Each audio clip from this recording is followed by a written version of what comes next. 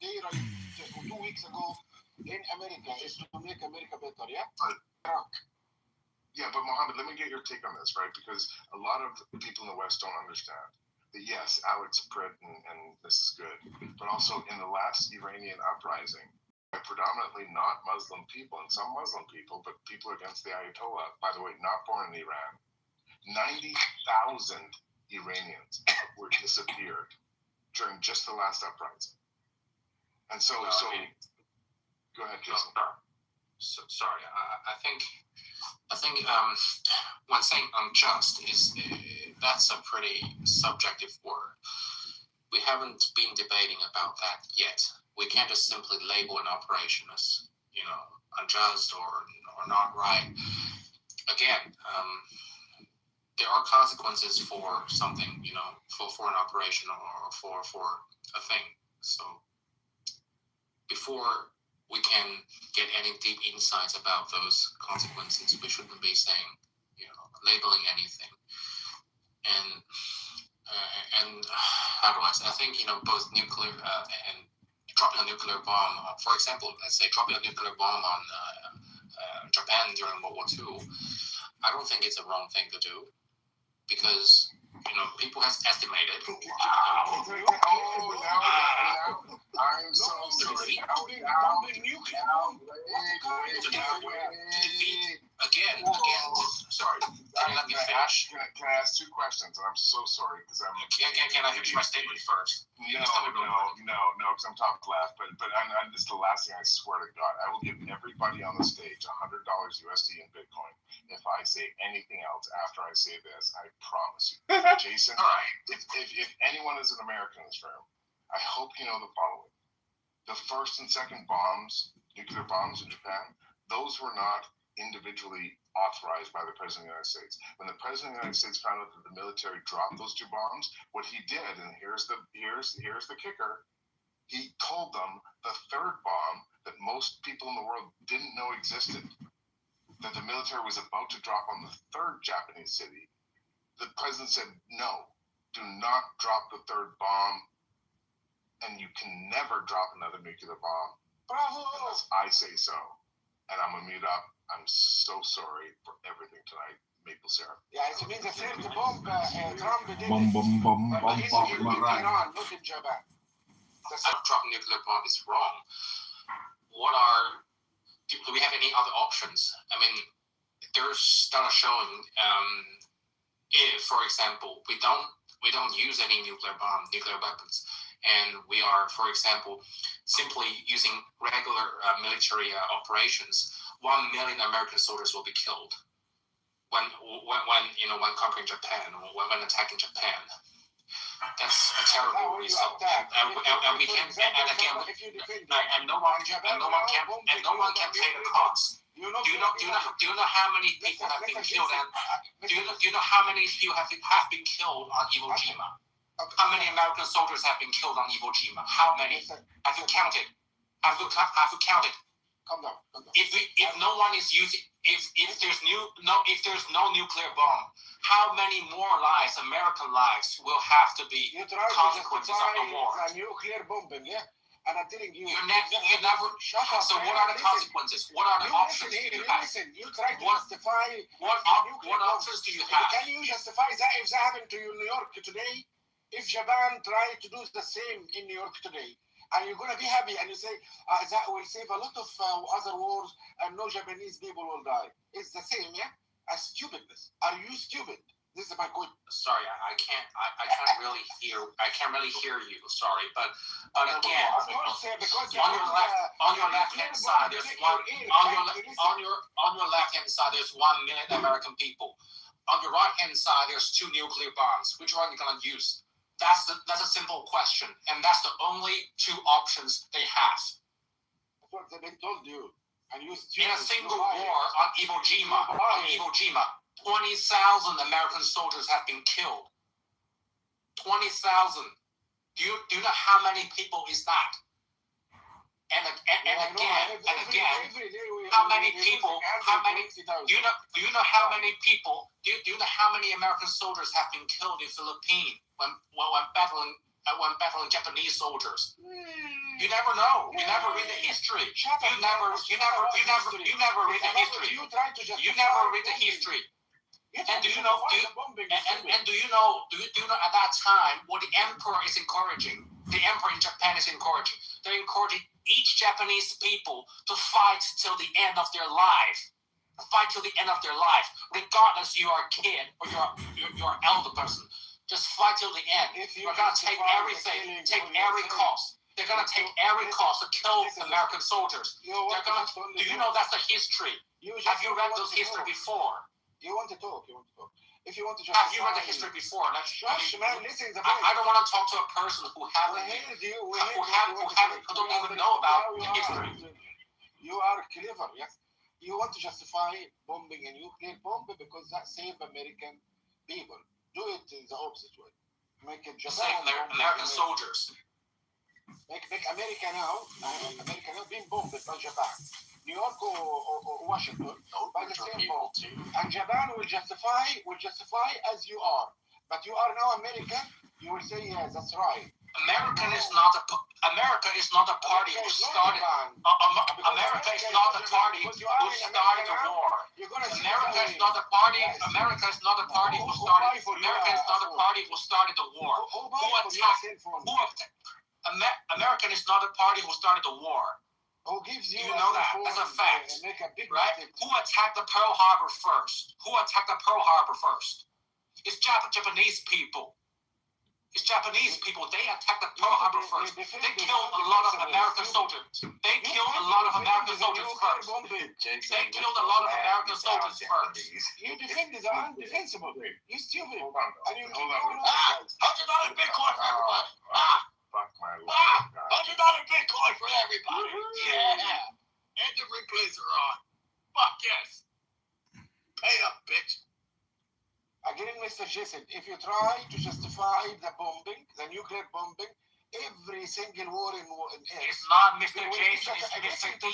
Thank you. Idiot will be any single killer will have his own justification to say he is right. It means now you are just only eating shit by saying nuclear bomb is something good if it's for America and it will be horrible if against America. It means now you have no principle. And they're being killed this way. It's disgusting.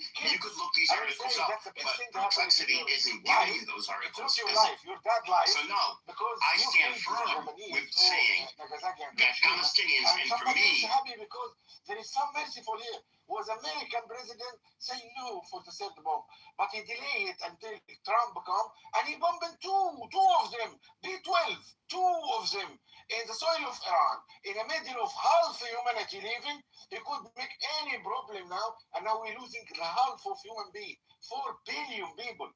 Imagine this.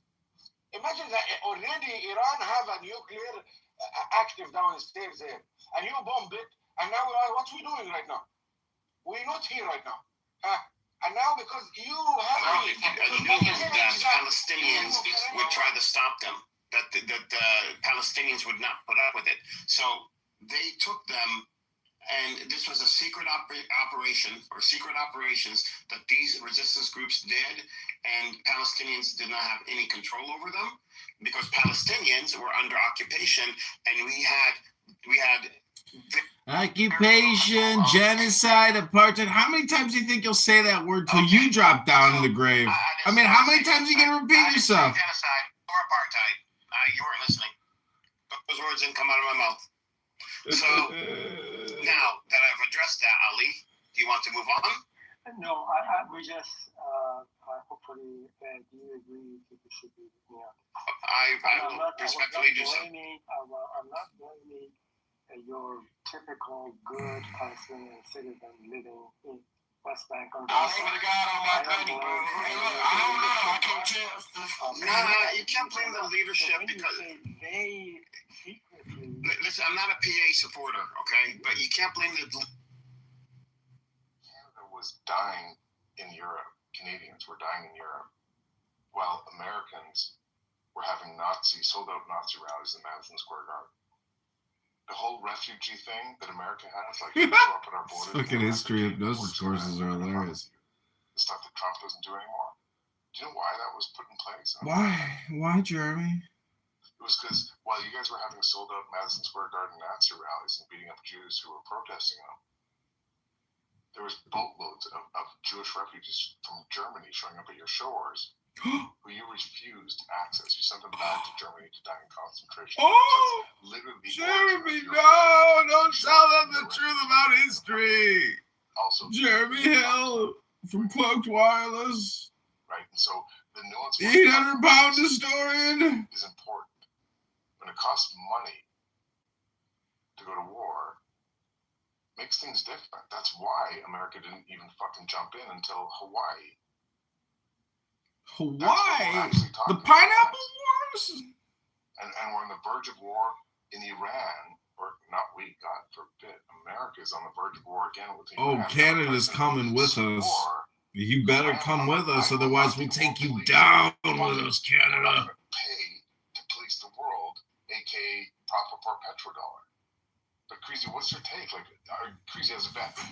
Should America go and fuck with Iran and free that freedom fighter from the oppression of the Ayatollah? Or fuck Iran? Fuck Somalia. Fuck those AIDS people in Somalia. Fuck Iran. Don't give a fuck about no Iran, bro. Fuck America. Fuck American too. Why not? Fuck you could fuck us. I'm sorry. I wish to. So regarding. I mean, I'm just curious regarding the nuclear bomb thing. What do you think? And so if you think dropping nuclear bomb on Japan is wrong, what any other options do you have? Do you think it's reasonable and appropriate Yeah, it's a good to end the war? Who bombing this? It deserves a Nobel Peace. Is that right? It's a great question, Jason. And actually, that's going to... This hat is super normal. Super normal. Isn't it a beautiful hat? $9 at Kroger, manufactured in China. In China. Hold on. Let me respond. Mohammed. He deserves a FIFA. Muhammad. Your question is a good question. Right? Is that like, did Hiroshima stop the war? And millions, or not millions, or hundreds of thousands of innocent people died, babies, everything. And Crazy, I'm so sorry, man. Miguel, I'm so sorry. Jesus. I want that tape. Go ahead, Doc. There's arguments that Russia really wants to stop the war. But I kick you off. No, Miguel, you're not going to be like that. You're not just going to be like, oh, here's a little tease, but like, no. You can't just drop that and be like, fuck I'm off. not one of those guys that talks for 20 minutes. I just get up Miguel literally just said, I'm not a Canadian, non-fucking military piece of shit like Jeremy, who just fills rings by talking over everyone and just throws away supposedly because he can't keep his mouth shut. I have more discipline than that. I drink more maple syrup. Miguel, how dare you? And thank you for your service. Not you, Chrissy, but Miguel. Dude, I honestly don't know. You're not fucking want them anyway, Canadian guy. I don't Deserve actually the service. hear me the details entirely, but I think that the Russians were advancing towards the west, and I think that's what may have. And I think the Chinese too at the same time, but I don't know. I've heard that in arguments from different people. I've read about it. I can't remember exactly the details, but I think You're 100% right. No, he's not. He is. My argument is very simple, though. I think dropping a nuclear bomb is a good option, and it is not necessarily good because good is very subjective. But Okay, it's Mr. only. If we have no Sorry. where is the best place to bomb to stop what's Sorry, excuse me. Can I bomb it? Why you bombing?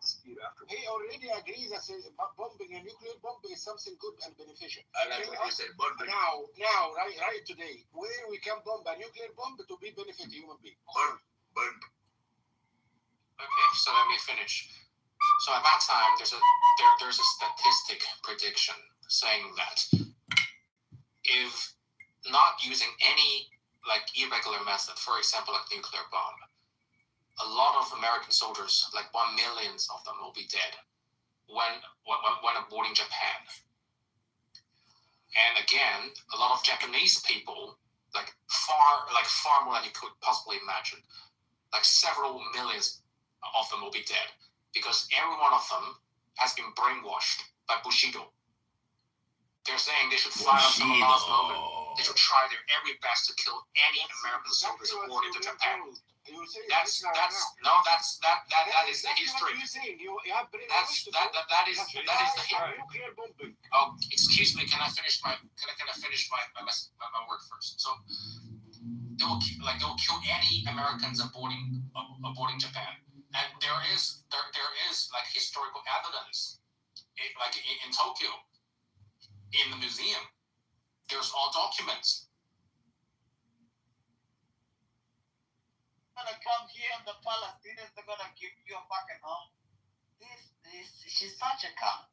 Thank you for the time, people. Thank you. I'll sit and listen.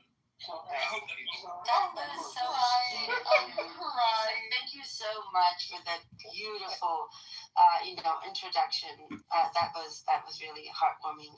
Yeah. I don't. Emerald, do you mind if I just make it? No, let Emerald talk. No, it's okay. Let him. I have time. Concluding comments. Concluding now. What I want to say. I want to hear Emerald's talk. No. Stay, Ali. You want to listen to this dumb cunt? Please. Stay. Whoa. She's a terrible person. Whoa. Please stay and listen to her. It's gonna make your morning. I guarantee you, Ali. Please stay and listen to her. It's the most funniest shit you're gonna hear in your entire life. All right, you got 30 seconds. So, thank you. So, Edward, the point that Edward is trying to make, every time there's discussions about the Palestinian plight, you blame it on the leadership, and the question is why Palestinians do not elect better leaders than Abbas and Hamas. That's number one. It's a point that you got to think about. And the second, when we talk about suicide bombing, you immediately go to the French groups. There has not been a single occasion here that you have made a case that presented a situation that you could blame the leadership of the Palestinian Hamas or the Palestinian Authority and presented a case that is Hamas and Israel, Hamas and Palestinian, they've done some atrocities against Israel. So you lose credibility because you're not willing, even for the. But I said suicide bombings are terrible and they're wrong. Hold on. You have not. Yeah, I'll be finished. Amber, I appreciate it. So you're not willing even to take the responsibility for the leaders that Palestinian people have selected. These are valid comments to be made, but I'm going to land with it. I fully understand that the terrorist organization like Hamas has terrorized its own people in Gaza. Who would be the closest man and woman could say anything against Hamas? You lose your head. Thank you. Okay, Imrose. Okay, well, I don't know where to start, but I think it's important to begin at the beginning. What does that mean? That it's hard to understand. It's important to begin at the beginning. Is she going to start telling us about Adam and Eve or something? Occupied people, right? There's a difference. Yeah, Adam and Eve were occupied by God. Oh, according to this atheist, the atheist guy. People need to understand. I'll put a link Oh in the my chat in a few minutes. God. It's a report called Divide and Conquer. It's a very comprehensive report. It's a game called chess. Where they describe the doctrine that has been used throughout the decades in order to perpetuate the occupation and the slow ethnical cleanse. And part of that doctrine also includes identifying potential leaders and preventing them from gaining support and gaining any type of let's say, unity behind them. So every time you would see a potential leader, that person would be targeted. I think the latest example, well, everybody knows about Barghouti, but I think Zacharias Beatty is also a good example for that. And it's very precise. It's very methodological and systematic in that. So that's when it comes to leadership. Did Palestinians elect Hamas in Gaza? Yeah, they did. 48.7% of the people in Gaza in 2006 voted for Hamas, mostly because they simply hated the PA, which is not a good enough reason to vote for somebody like Hamas, but it is what it is. However, from that moment on, there were no elections, and for one reason only, because Israel prevented that from happening. It's part of the divide and conquer policy, right? Israel, whether you want to blame Hamas for it or the PA for it, both corrupt, either corrupt. I'm not talking internal Palestinian politics, right? But the fact is that the policy of preventing unity within Palestinian society has always been one of the pillars of the occupation and Zionism. There's just no denying it. Multiple academic scholars have written about this, and it's just a fact, right? So nothing justifies hurting innocent civilians, but if you're stupid enough not to read history and understand that an oppressed people will always end up resisting. I've said this before on this platform. It's called the slave rebellion. Whether it's Moses and the Pharaohs, or Jews in Warsaw Ghetto, or the Algerians in the French occupation, or even the Viet Cong. All these people are people that resisted against occupation at the end of the day. It's inevitable. October 7th was resistance to occupation and genocide. And entitlement to think that you're going to be the first one that is able to occupy and oppress and not encounter armed resistance, then you're an idiot. Which means you are an idiot. If you don't want any more bloodshed, you end the occupation. It's very simple. Very, very simple. Very, very simple. The conclusion that is inevitably deducted from this. Got to start at the somebody beginning. Doesn't want a solution. Somebody wants the whole thing. And if you look at the history and you look between like the big points that everybody likes to reference, you will see the very slow, clear policy of an advanced ethnical cleanse especially throughout the last 3 decades. And I can give you examples, because the difference is that early Zionists were very honest about what they're doing. Very honest. That said we will harass them until they leave, or Moshe Dayan in 64 saying, of course they're going to try to kill us, we're stealing their land. It's just a fact, but we just have to kill them faster. But there was no hiding behind the truth. The last 4 decades have gotten to a place that is so insane that they don't even acknowledge the fact that what they're doing is wrong, or even that they're doing it. So no, Palestinians have their own self-accountability to do, and nobody's perfect. But at the end of the day, there's an occupier and an occupiee. And the person responsible of taking the first 100 steps towards a solution, for the Palestinian to take 10, is Israel. And Israel not only is not willing to take those steps, it is actively running away from it and preventing it from ever happening. So thank you, Amber, for that. No, Ali, don't fall for. No, she's so retarded. You can't even. Don't fall for her. She's so retarded. Let the other Palestinians ever speak, please. Don't fall for her bait. She's so retarded and so slow and so stupid. Don't do it. Ali, don't do it. Don't try to educate her. Ali, he's begging you. He's begging. Let Edward speak about it. I defer to Emma. She's more intelligent than me. She's so retarded and she's so slow. Please let Edward deal with it. Ali, don't waste your brain cells, you know? Ambrose, go ahead for another 10 minutes. Ali, don't waste your time. This bitch is so retarded and she's so slow and she's so stupid. It's a waste of your time, Ali. Do you realize how preposterous you look right now? It's so stupid. Don't waste your time, Ali, bro. Wait, HX, are you saying she's an anti-Semite? She's a disgusting reprobate. She's the worst of the worst. She's worse than an anti-Semite. This bitch was do you understand October 7th. Do you know what the funny thing is? Ambrose, you're the worst of the worst. I think do you know what the funny thing is? Yo, have you massaged Do you know what the funny thing is? You're just like, oh, well, as long as he's speaking, you're not going to do anything. You're a terrible Ambrose, Okay, you're a I get terrible, it. terrible I'm a person. terrible person. I don't but you- care. I don't Ajay, care. that's I fine. don't That's care, fine. Ambrose. Just to be You're clear, a terrible, terrible person.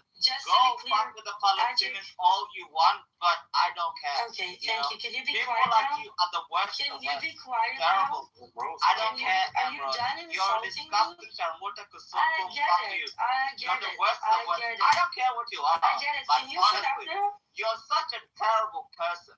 Ali, don't waste your time with Sharmuta Kusum like this. Oh my Don't God. waste the Do time. you really want me to Let start? her go to I think it's a Ramallah grown and man. everything. All right, so who would like to speak? I would like to go to the market. All right, go ahead. I would like to respond directly to Yeah. Emerald's comments. Two comments. Number one, I appeal to the audience here. She did exactly what Edward did. For example, she said that Israel and other powers have used the strategy of divide and conquer. Then he told us that if we don't read the history, you're stupid. I haven't used that. I didn't say that. Edward, please. I didn't say that. I'm talking to Edward. So here's another. Now, if any country, any group of people, that they are going to be manipulated by another group to be divided and be conquered, wouldn't you say there's some stupidity on their shoulders as well too? So there you go. That's your first comment. You did exactly what Edward did. Now you're blaming the plight of Palestinians on the divide and conquer, which I agree with you. Strategy, it works. But if a group of people are going to be a victim of that strategy, I would say shame on them. I would say they are the stupid people. You know, there is an argument. No, hold on. This is important. This is important. No, it's not. Please end your. I'm trying to. Don't interrupt. Please end your sentence. I'm trying to unpack what you. So your first comment is exactly along the lines of what Edward is talking about. You did not take any responsibility for Palestinians that they fell for this. So don't call us stupid because we have not read the history. And I can tell you what I've read. Share that with you. So I would say people who fell for this probably just some level of ignorance is involved falling for that strategy. So the Palestinians are to be blamed for becoming the victim of this presumed divide and conquer strategy that you're talking about. And I'm not saying partially is not correct, but they fall for that. Don't call us stupid. The people who fell for that probably should be put. The blame should be on them. Go ahead and respond. I find it remarkable that an Iranian dares to criticize another occupied and oppressed people and not understand how difficult it is to create a successful resistance movement that does lead to liberation, especially under very, very nefarious circumstances, right? Because the type of oppression and occupation that we see in modern times is not what we saw before, right? It's not blunt, concentration camp Nazi shit, right? They keep it very nefarious. They walk this very blurry line, illegitimate and blurring and whitewashing, pinkwashing, greenwashing their own crimes, and the world eats it up, right? And even when that doesn't happen, look at Iran. You keep saying that the entire country is against the regime, yet somehow it manages to stay in power, and now you're blaming the Palestinians who don't actually have to deal with in-home oppression. They have been dealing with an outside occupier that is very different than any other form of occupation that we know in modern history, because this is a different type of occupation, and the Palestinians are the first ones to admit it, especially one of the most prominent Palestinian intellectual, Rashid Khalidi, that speaks about the fact that this is a different type of occupation and needs to be dealt with in a different mindset. It's far more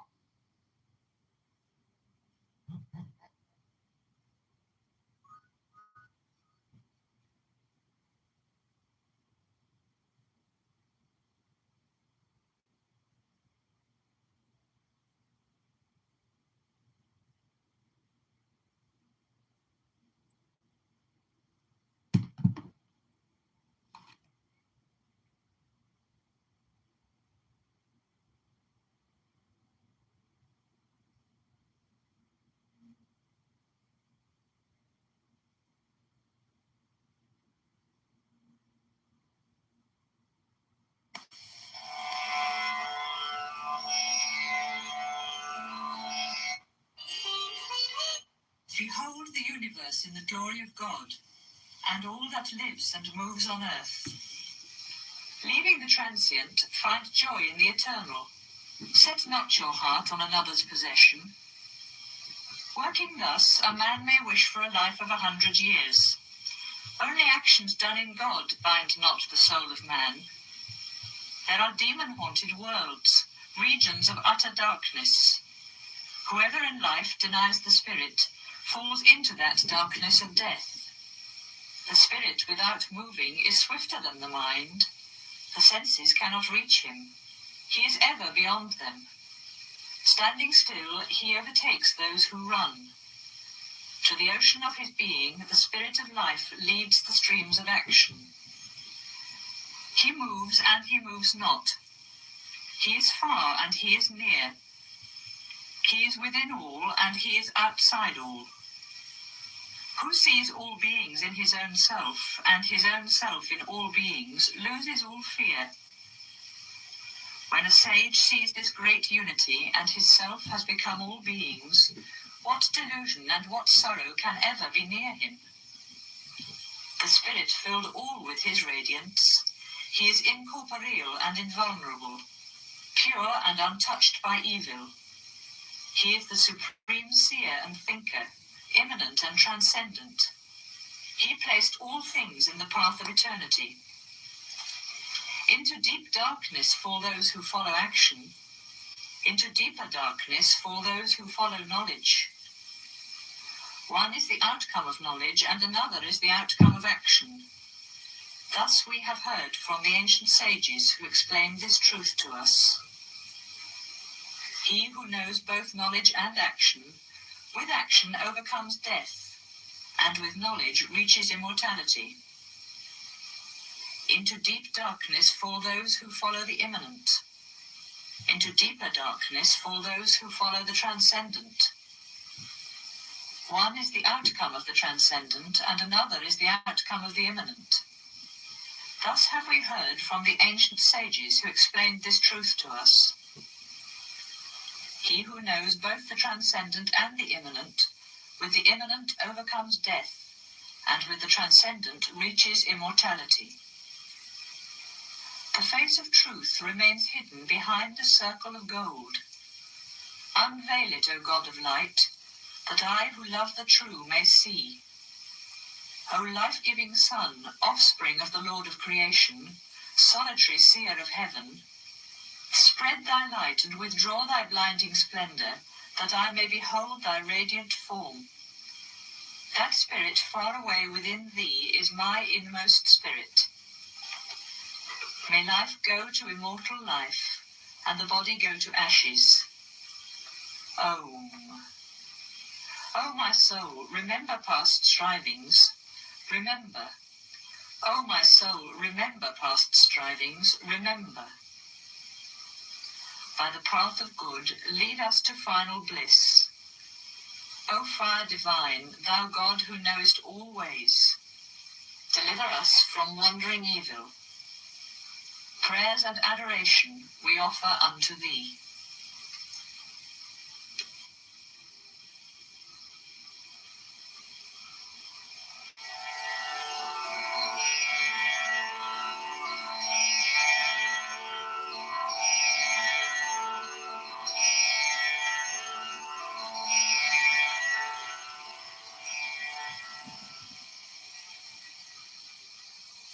Kena Upanishad, Part 1.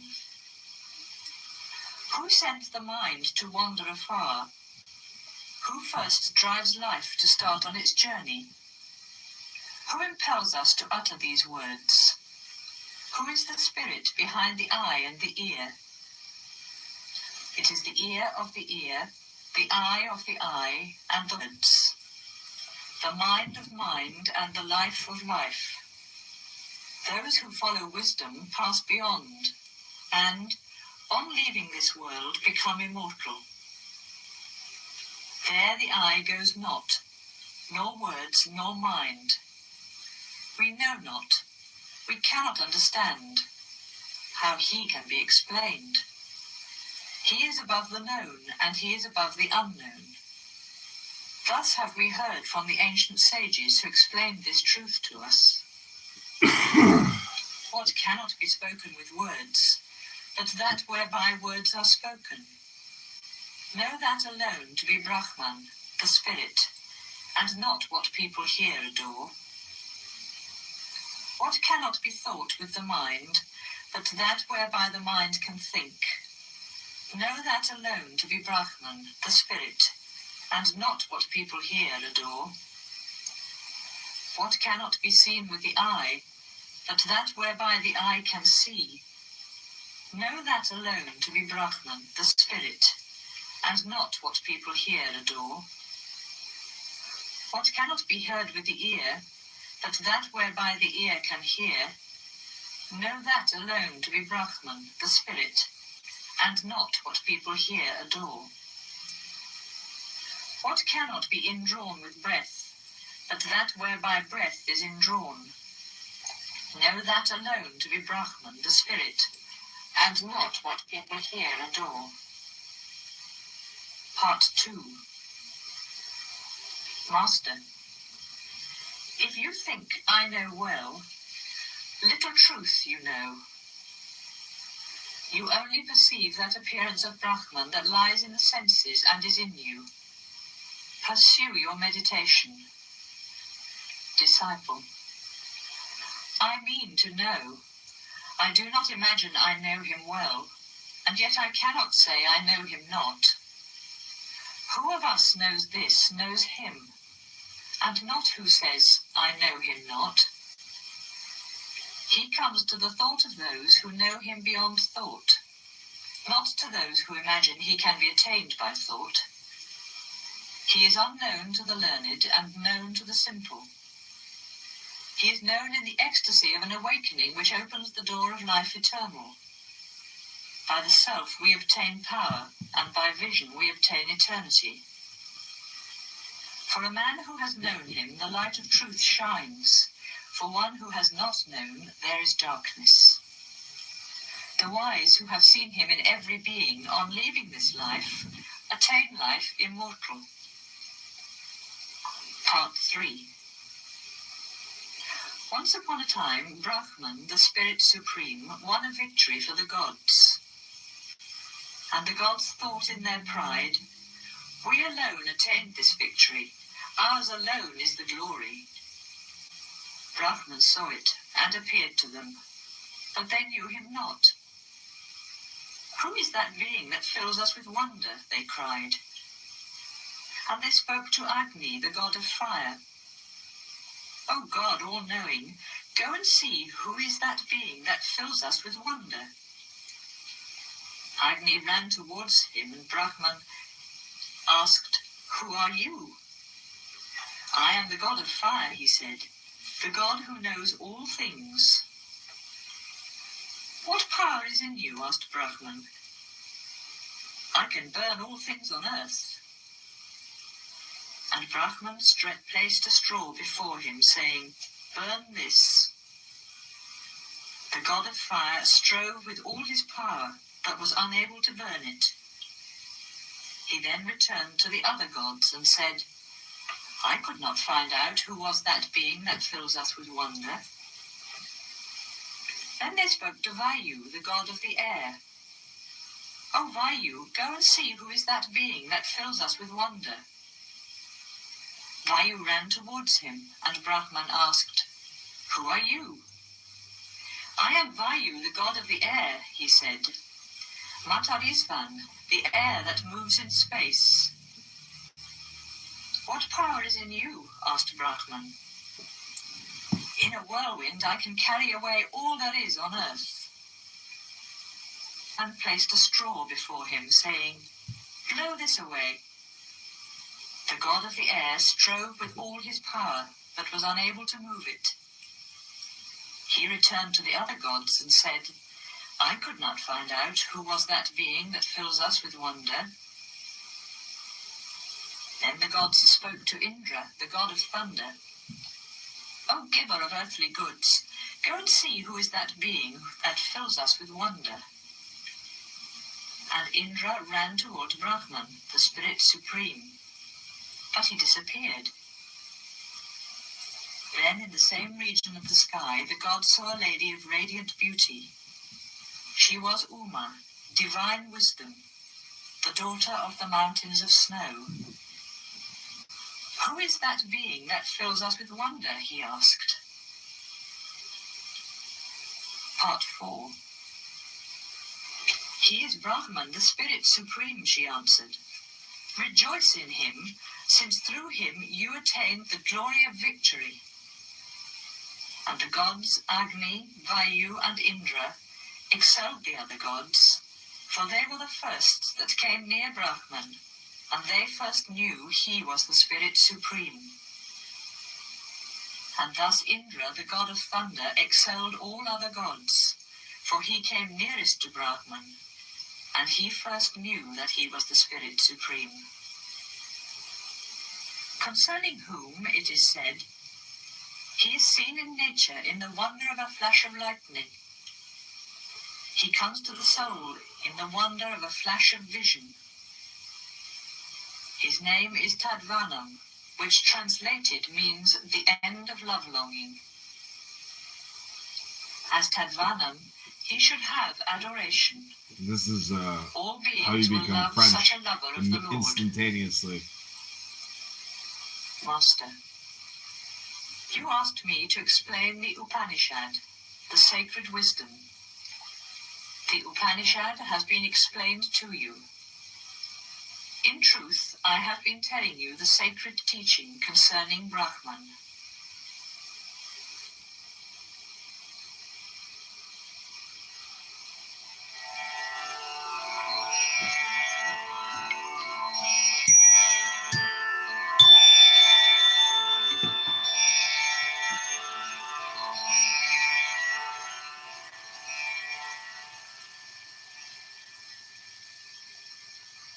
Katha Upanishad, Part 1. Vajrasava gave away all his possessions at a sacrifice, but it was out of a desire for heaven. I'm a leprechaun.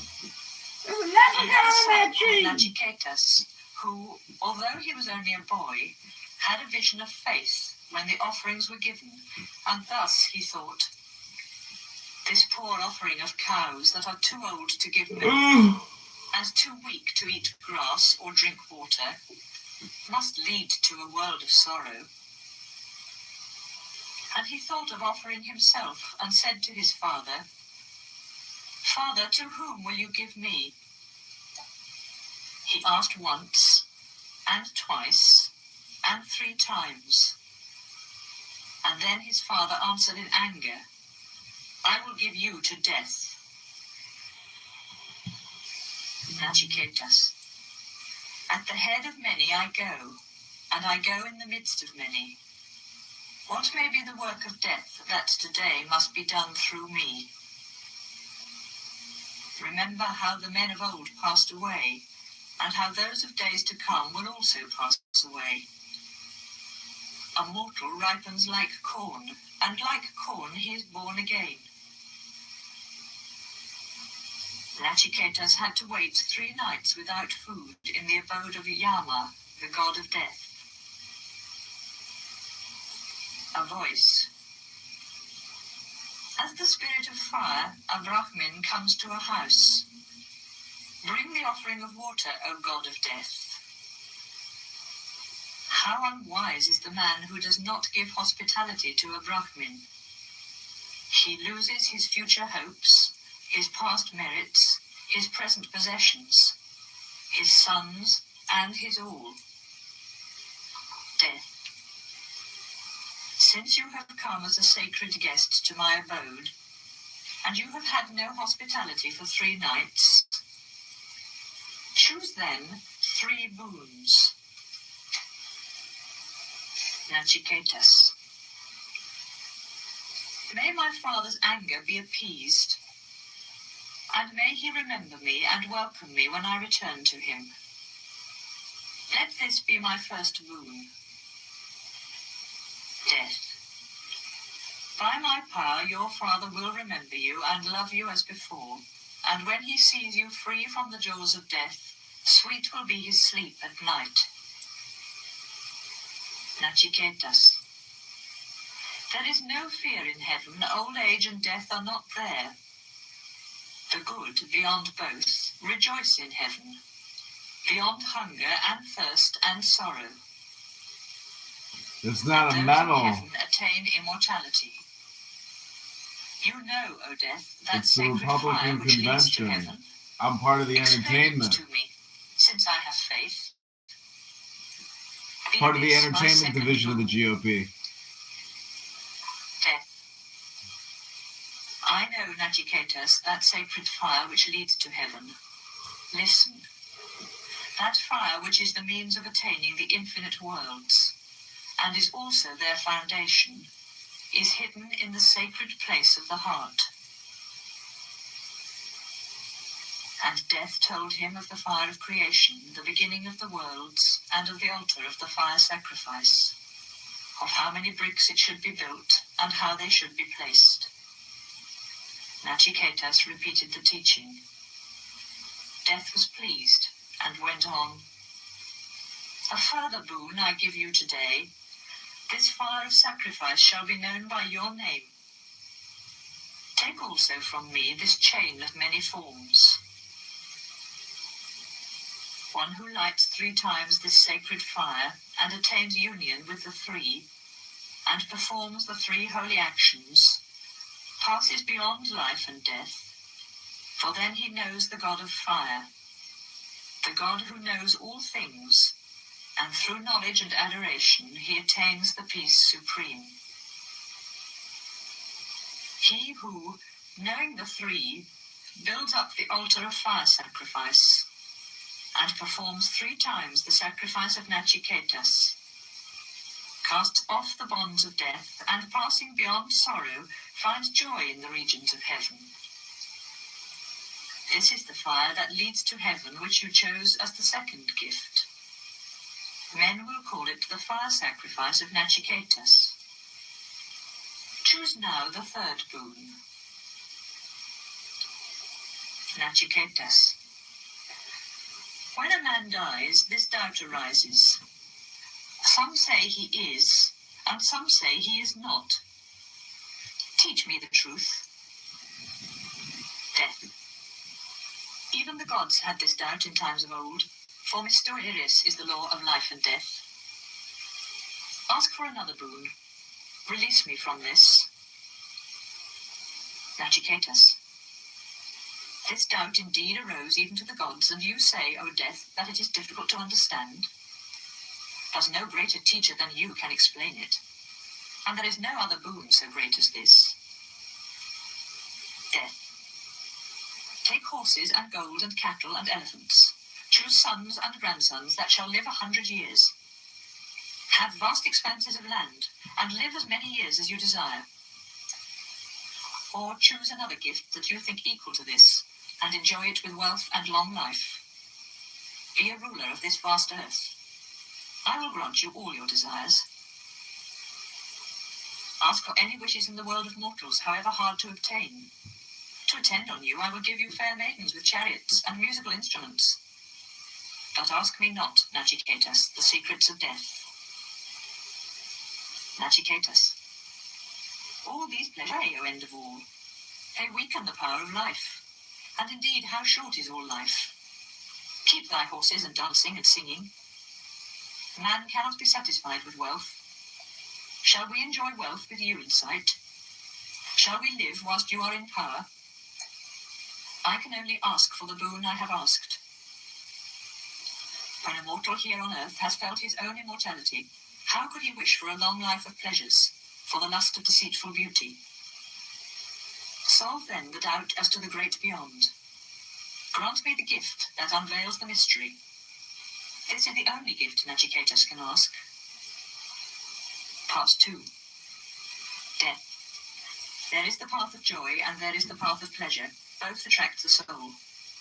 Who follows the first comes to good. Who follows pleasure reaches not the end. The 2 paths lie in front of man. Pondering on them, the wise man chooses the path of joy. The fool takes the path of pleasure. You have pondered, Nachiketas, on pleasures, and you have rejected them. You have not accepted that chain of possessions wherewith men bind themselves, and beneath which they sink. There is the path of wisdom and the path of ignorance. They are far apart and lead to different ends. You are, Nachiketas, a follower of the path of wisdom. Many pleasures tempt you not. Abiding in the midst of ignorance, thinking yourself wise and learned, fools go aimlessly hither and thither like blind led by the blind. What lies beyond life shines not to those who are childish or careless or deluded by wealth. This is the only world. There is no other, they say, and thus they go from death to death. Not many hear of him, and of those not many reach him. Wonderful is he who can teach about him, and wise is he who can be taught. Wonderful is he who knows him when taught. He cannot be taught by one who has not reached him, and he cannot be reached by much thinking. The way to him is through a teacher who has seen him. He is higher than the highest thoughts, in truth above all thought. This sacred knowledge is not attained by reasoning, but it can be given by a true teacher. As your purpose is steady, you have found him. May I find another pupil like you. I know that treasures pass away and that the eternal is not reached by the transcendent. I have thus laid the final sacrifice of Nachiketas, and by burning in it the transient, I have reached the eternal. Before your eyes have been spread, Nachiketas, the fulfillment of all desire, the dominion of the world, the eternal reward of ritual, the shore where there is no fear, the greatness of fame and boundless space, the strength and wisdom you have renounced all. And the wise rests his mind in contemplation on our God beyond time, who invisibly dwells in the mystery of things and in the heart of man. Then he rises above pleasures and sorrow. When a man has heard and has understood, and finding the essence reaches the innermost, then he finds joy in the source of joy. Nachiketas is a house open for thy Atman, thy God. Nachiketas, tell me what you see beyond right and wrong, beyond what is done or not done, beyond past and future. Death. I will tell you the word that all the Vedas glorify, all self-sacrifice expresses, all sacred studies and holy life seek. That word is Om. That word is the everlasting Brahman. That word is the highest end. And that sacred word is known, all longings are fulfilled. It is the supreme means of salvation. It is the help supreme. When that great word is known, one is great in the heaven of Brahman. Atman, the spirit of vision, is never born and never dies. Before him there is nothing, and he is one forevermore. Never born and eternal. Beyond time gone or to come, he does not die when the body dies. If the slayer thinks that he kills, and if the slain thinks that he dies, neither knows the ways of truth. The eternal in man cannot kill. The eternal in man cannot die.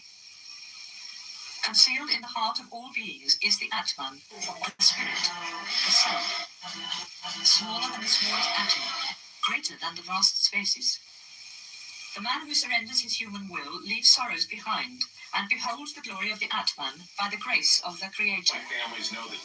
Resting, he wanders afar. Sleeping, he goes everywhere. Who else but myself can know that God of joy and of sorrows? When the wise realize the omnipresent spirit who rests invisible in the visible and permanent in the impermanent, then they go beyond sorrow. Not through much learning is the Atman reached, not through the intellect and sacred teaching. It is reached by the chosen of him because they choose him. To his chosen, the Atman reveals his glory. Not even through deep knowledge can the Atman be reached unless evil ways are abandoned. And there is rest in the senses, concentration in the mind, and peace in one's heart. I find myself in captivity. Who knows in truth where he is? Not for crimes, the majesty of his power carries away priests and warriors.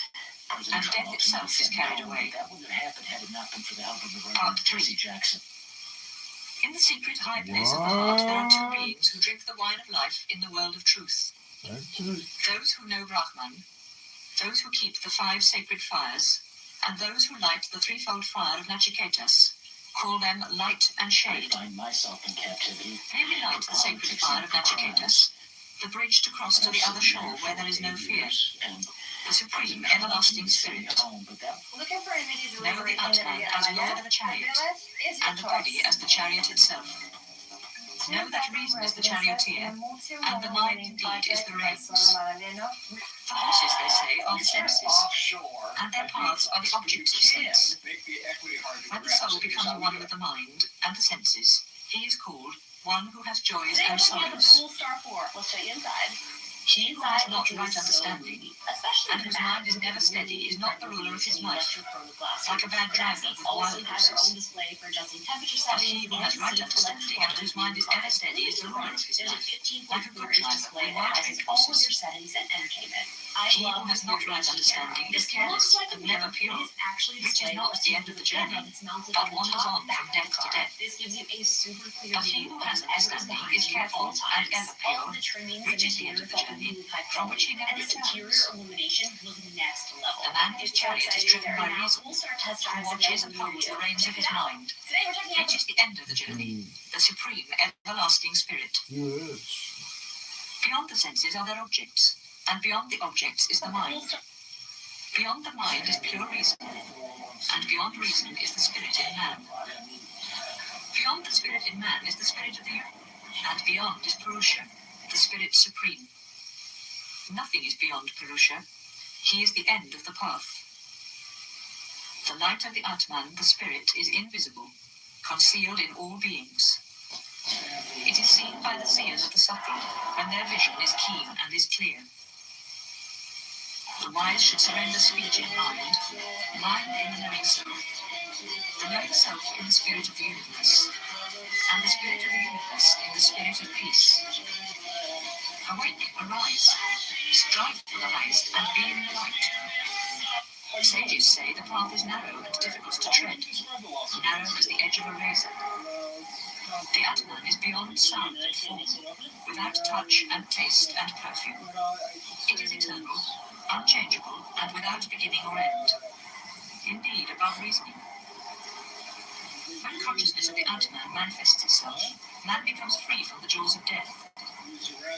The wise who can learn and can teach this ancient story of Nachiketas, taught by Yama, the god of death, find glory in the world of Brahman.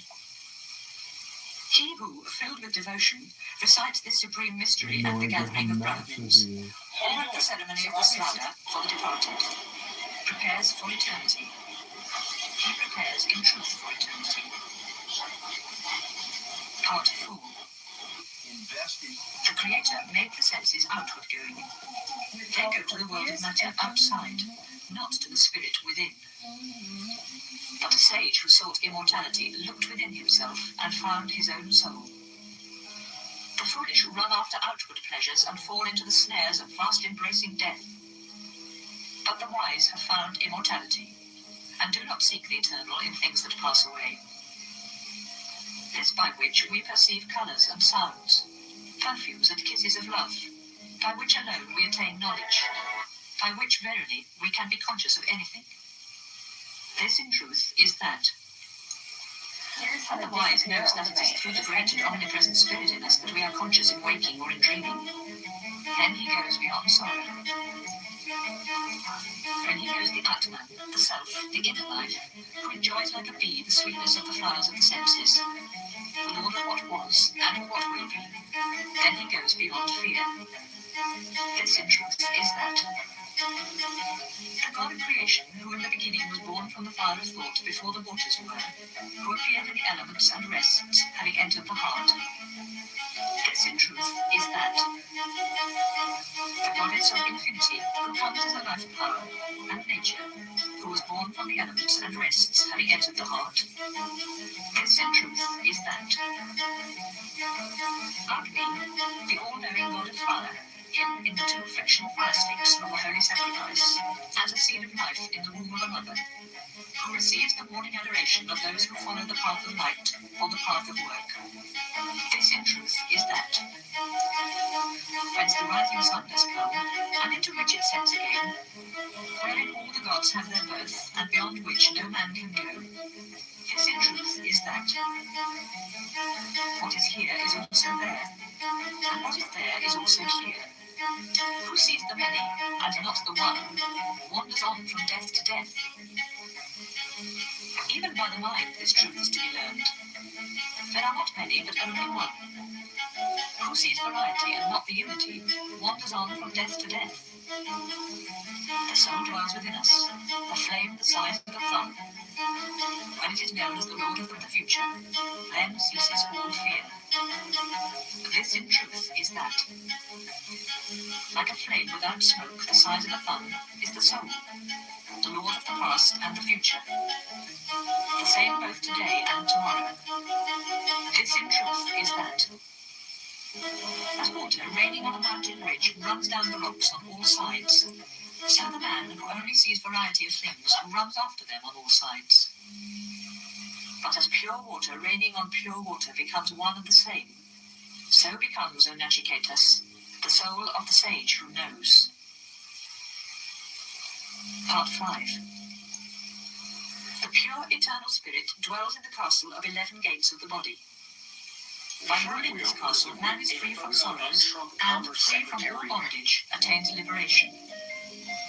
In space he is the sun, and he is the wind and the sky. At the altar he is the priest, and the soma wine in the jar. He dwells in men and in gods, in righteousness and in the vast heavens. He is in the earth, and the waters, and in the rocks of the mountains. He is truth and power.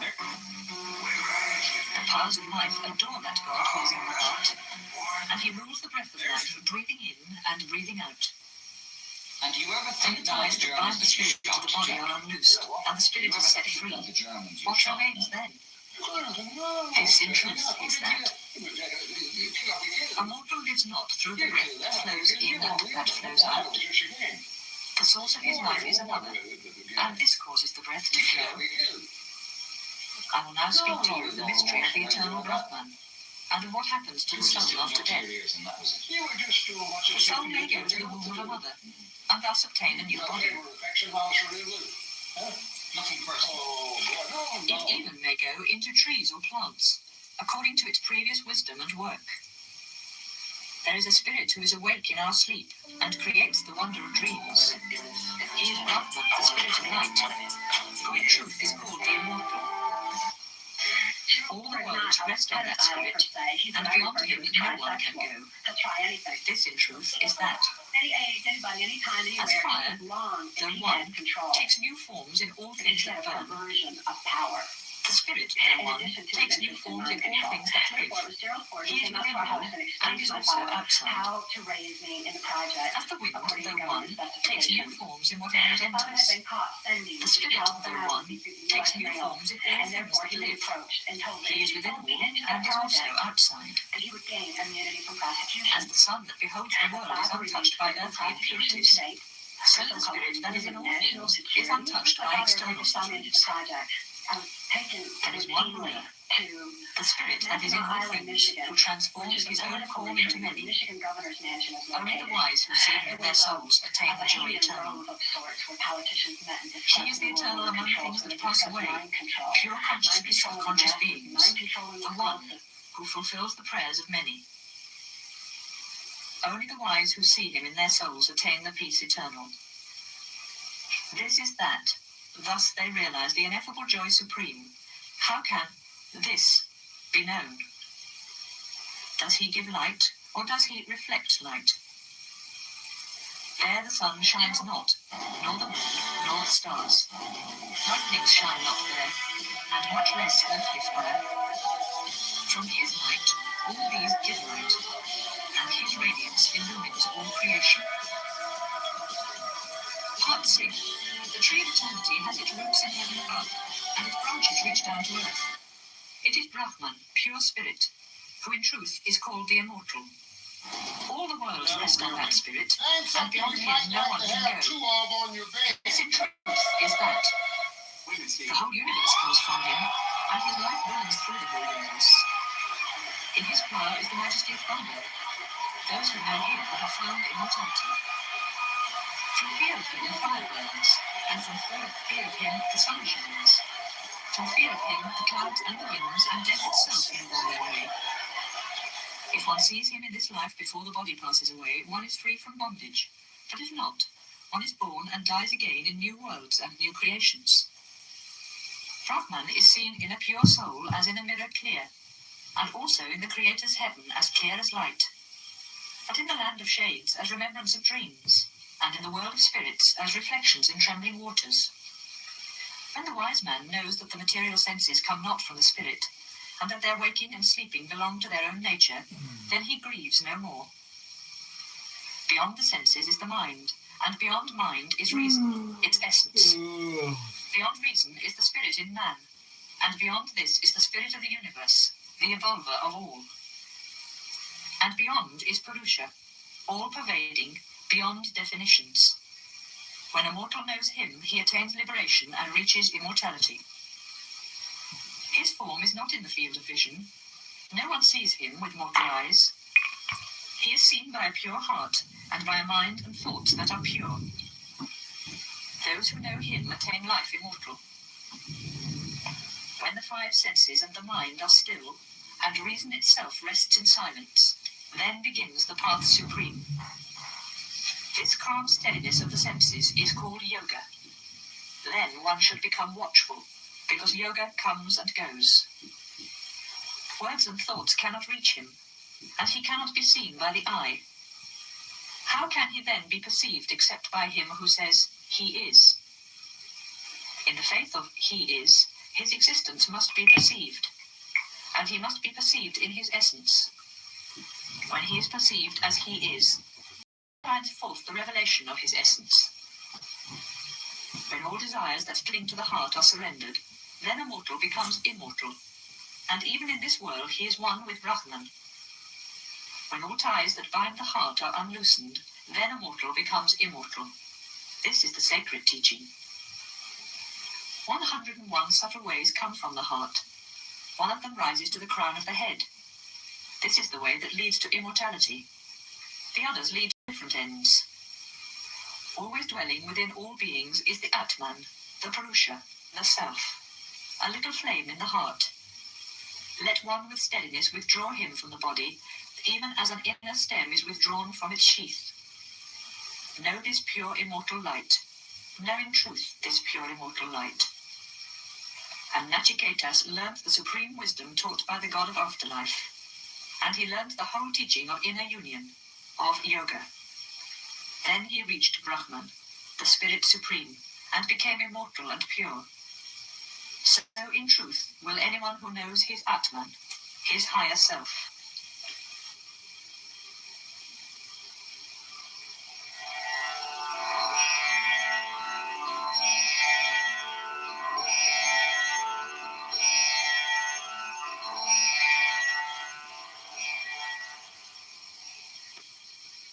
Prasna Upanishad. First question. Sukesa Bharadvaja, Saibya Satyakama, Savyayani Gagya, Kasalya Asbalayana, Bhagava Vaidavi, and Kabandi Katyayana were students filled with devotion for Brahman, the Supreme Spirit. Their minds rested on Brahman, and they were in search of the highest Brahman. Once they said, the holy Pipalada can explain all the sacred teaching. And thus thinking, they approached him, bringing as a sign of reverence fuel for the sacred fire. The sage said to them, remain another year in steadiness, purity and faith. Ask then anything you desire, and if I know, I will tell you all. When the time came, Kabandi Katyayana approached the sage and said, Master, whence came all created beings? The sage replied, in the beginning, the Creator longed for the joy of creation. He remained in meditation, and then came Rayi, matter, and Prana, life. These two, thought he, will produce beings for me. The sun is life, and the moon is matter. All that has form, solid or subtle, is matter. Therefore, form is matter. When the rising morning sun enters the eastern skies, then he bathes in his light all life that is in the east. And then the south and the west and the north and all the sky are illumined by that light that gives life to all that lives. Thus rises the sun as fire, as life in its infinite variety. It was said in a verse of the Rig Veda, "The sun is rising in golden radiance, the sun of 1,000 rays, in 100 regions abiding. The God omniscient, the aim of all prayers, the light and fire supreme, the infinite life of all beings. The Lord of creation is in truth the time of the year. This has two paths, the way of the south and the way of the north. Those who worship thinking, we have done sacrifices and pious works, attain only the regions of the moon and return to life and death. That is why those sages who desire children and the life of the family follow the path of the south. This is the path that leads to the ancestors. But those who in search of the inner spirit follow the spiritual path of the north with steadiness, purity, faith, and wisdom, attain the regions of the sun.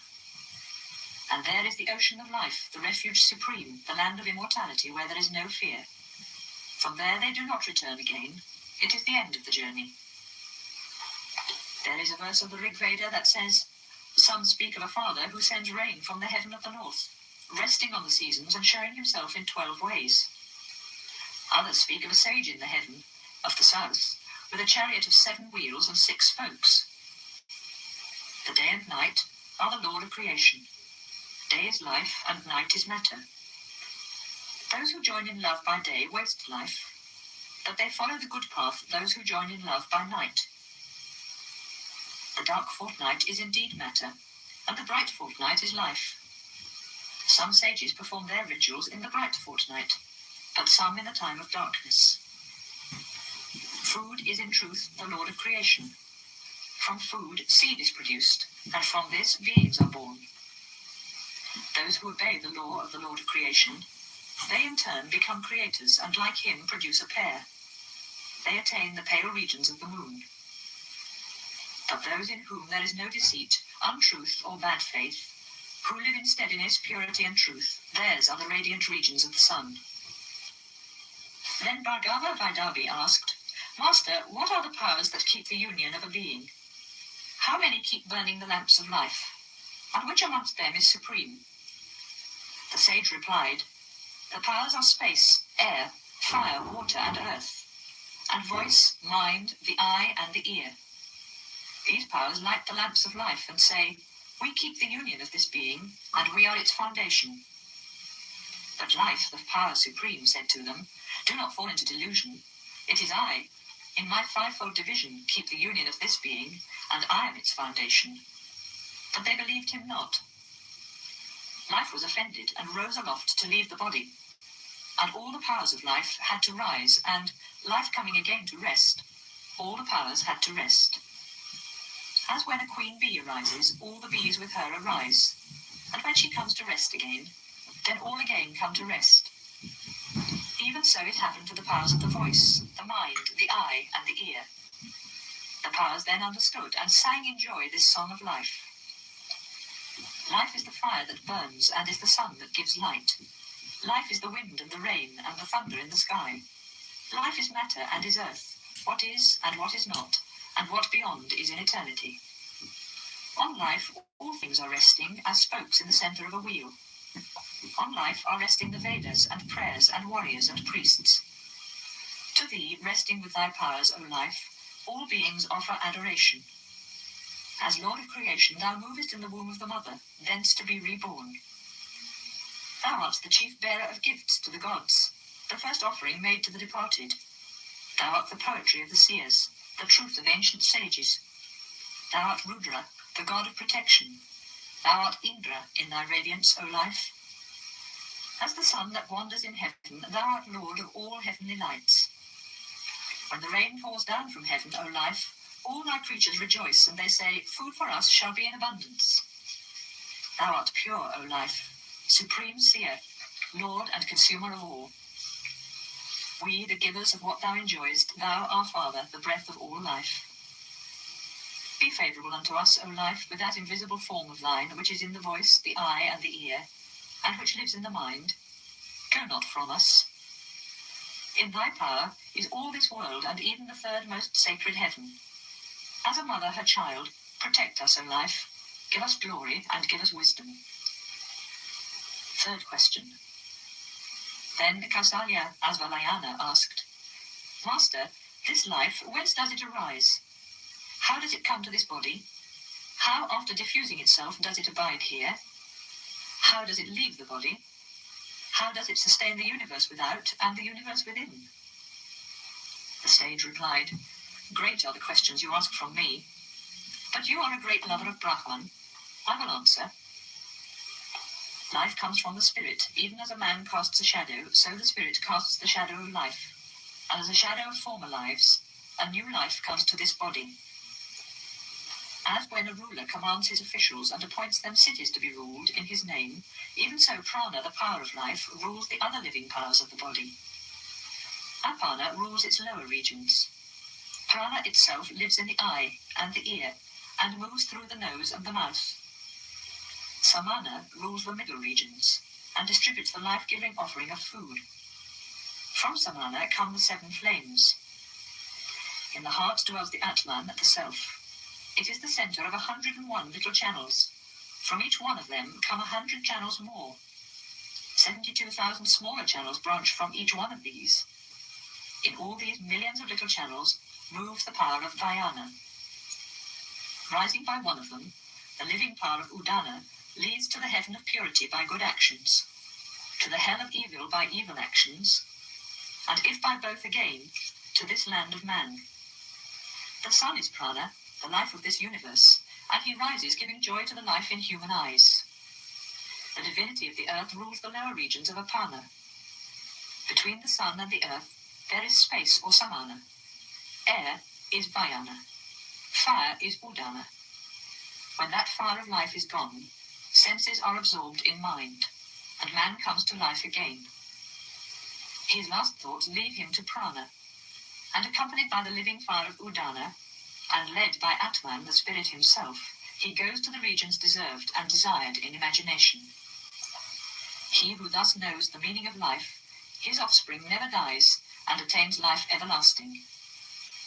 There is a verse that says, He who knows the rising of life and how it comes to the body, how it abides there in its fivefold division, and knows its relation to the inner spirit, enjoys eternal life, in truth enjoys eternal life. Fourth question. Then Sauyayani Gagya asked, Master, how many powers sleep in man and how many remain awake? Who is that spirit that beholds the wonder of dreams? Who enjoys the mystery of sleep with no dreams? Who is that spirit on whom all the others find rest? The sage replied, As when before darkness falls the rays of the setting sun seem all to become one in its circle of light, though at the hour of sunrise they spread out again, even so all the powers of the senses become one in the higher power of the mind. Then a person does not see, hear, smell, taste, or touch, does not speak, receive or give, move, or enjoy joys of love. Then people say he sleeps. But in the city of the body the fires of life are burning, they sleep not. Apana is like the sacred home fire forever kept burning from father to son. Vayana is like the fire of the south for offerings to the ancestors. Prana is like the fire of the east, lit up by the home fire. Samana is the hot tree priest, even distributing the 2 offerings of expiration and inspiration. The mind is the performer of the sacrifice, and Udana is its fruit, since every day it takes the mind in sleep to Brahman, the Almighty. And in dreams the mind beholds its own immensity. What has been seen is seen again, and what has been heard is heard again. What has been felt in different places of faraway regions returns to the mind again. Seen and unseen, heard and unheard, felt and not felt, the mind sees all, since the mind is all. But when the mind is overcome by its own radiance, then dreams are no longer seen. Joy and peace come to the body. Even as birds, O beloved, return to their tree for rest, Thus all things find their rest in Atman, the Supreme Spirit. All things find their final peace in their inmost self, the Spirit.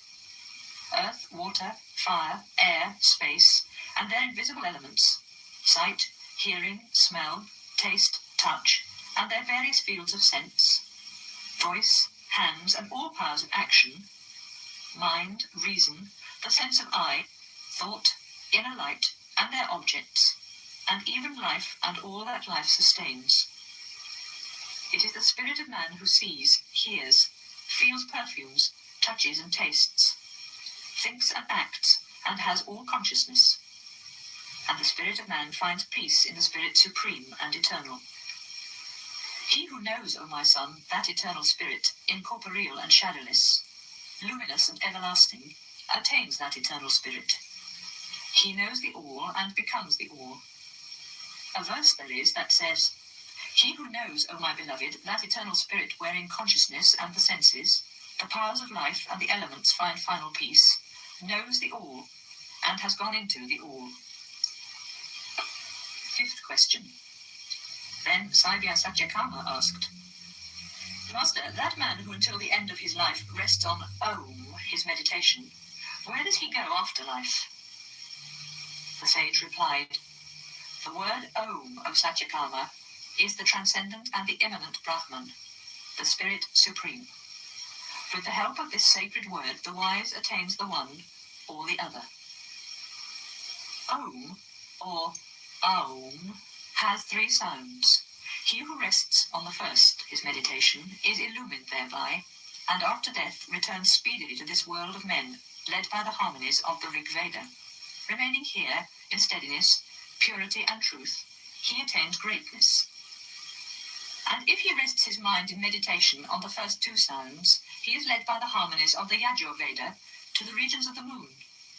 After enjoying their heavenly joys, he returns to earth again. But if, with the three sounds of the eternal Om, he places his mind in meditation upon the Supreme Spirit, he comes to the regions of light of the sun. There he becomes free from all evil, even as a snake sheds its old skin. And with the harmonies of the Sama Veda, he goes to the heaven of Brahma, wherefrom he can behold the spirit that dwells in the city of the human body, and which is above the highest life. There are two verses that say, the three sounds not in union lead again to life that dies, but the wise who merge them into a harmony of union in outer, inner, and middle actions become steady, he trembles no more. With the harmonies of the Rig Veda unto this world of man, and with those of the Yajur Veda to the middle heavenly regions. But with the help of Om, the sage goes to those regions that the seers know in the harmonies of the Sama Veda. There he finds the peace of the Supreme Spirit, where there is no dissolution or death, and where there is no fear. Sixth question. Then Sukesa Bharadvaja said, Master, Prince Hiranyanaba, Kausalya, came once to me and asked this question. Do you know the spirit of 16 forms? I know him not, I answered the young prince. If I knew him, how could I say that I knew him not? For he who speaks untruth withers like a tree to the roots. I will not speak untruth. The prince became silent, and, mounting his chariot, departed. And now I ask you, where is that spirit? The sage replied, O my son, the spirit in whom 16 forms arise is here within this body. The spirit thought, in whose going out shall I go out? And in whose staying shall I stay? And he created life, and from life faith and space and air, light, water and earth, the senses and the mind. He created food, and from food austerity, sacred poems, holy actions, and even the worlds. And in the worlds, name was created. As when rivers flowing towards the ocean find their final peace, their name and form disappear, and people speak only of the ocean. Even so, the 16 forms of the seer all flow towards the spirit and find their final peace. Their name and form disappear, and people speak only of spirit. There is a verse that says, these forms in him find rest like spokes in the centre of a wheel. Know ye the spirit that should be known, that death may afflict you not. Then the sage said to the disciples, "Thus far I know the Supreme Spirit. There is nothing beyond." Bowing to him in adoration, the disciples said, "You are in truth our Father, who has saved us from ignorance and has led us to the shore beyond." Adoration to the Supreme Seers. Adoration to the Supreme Seers.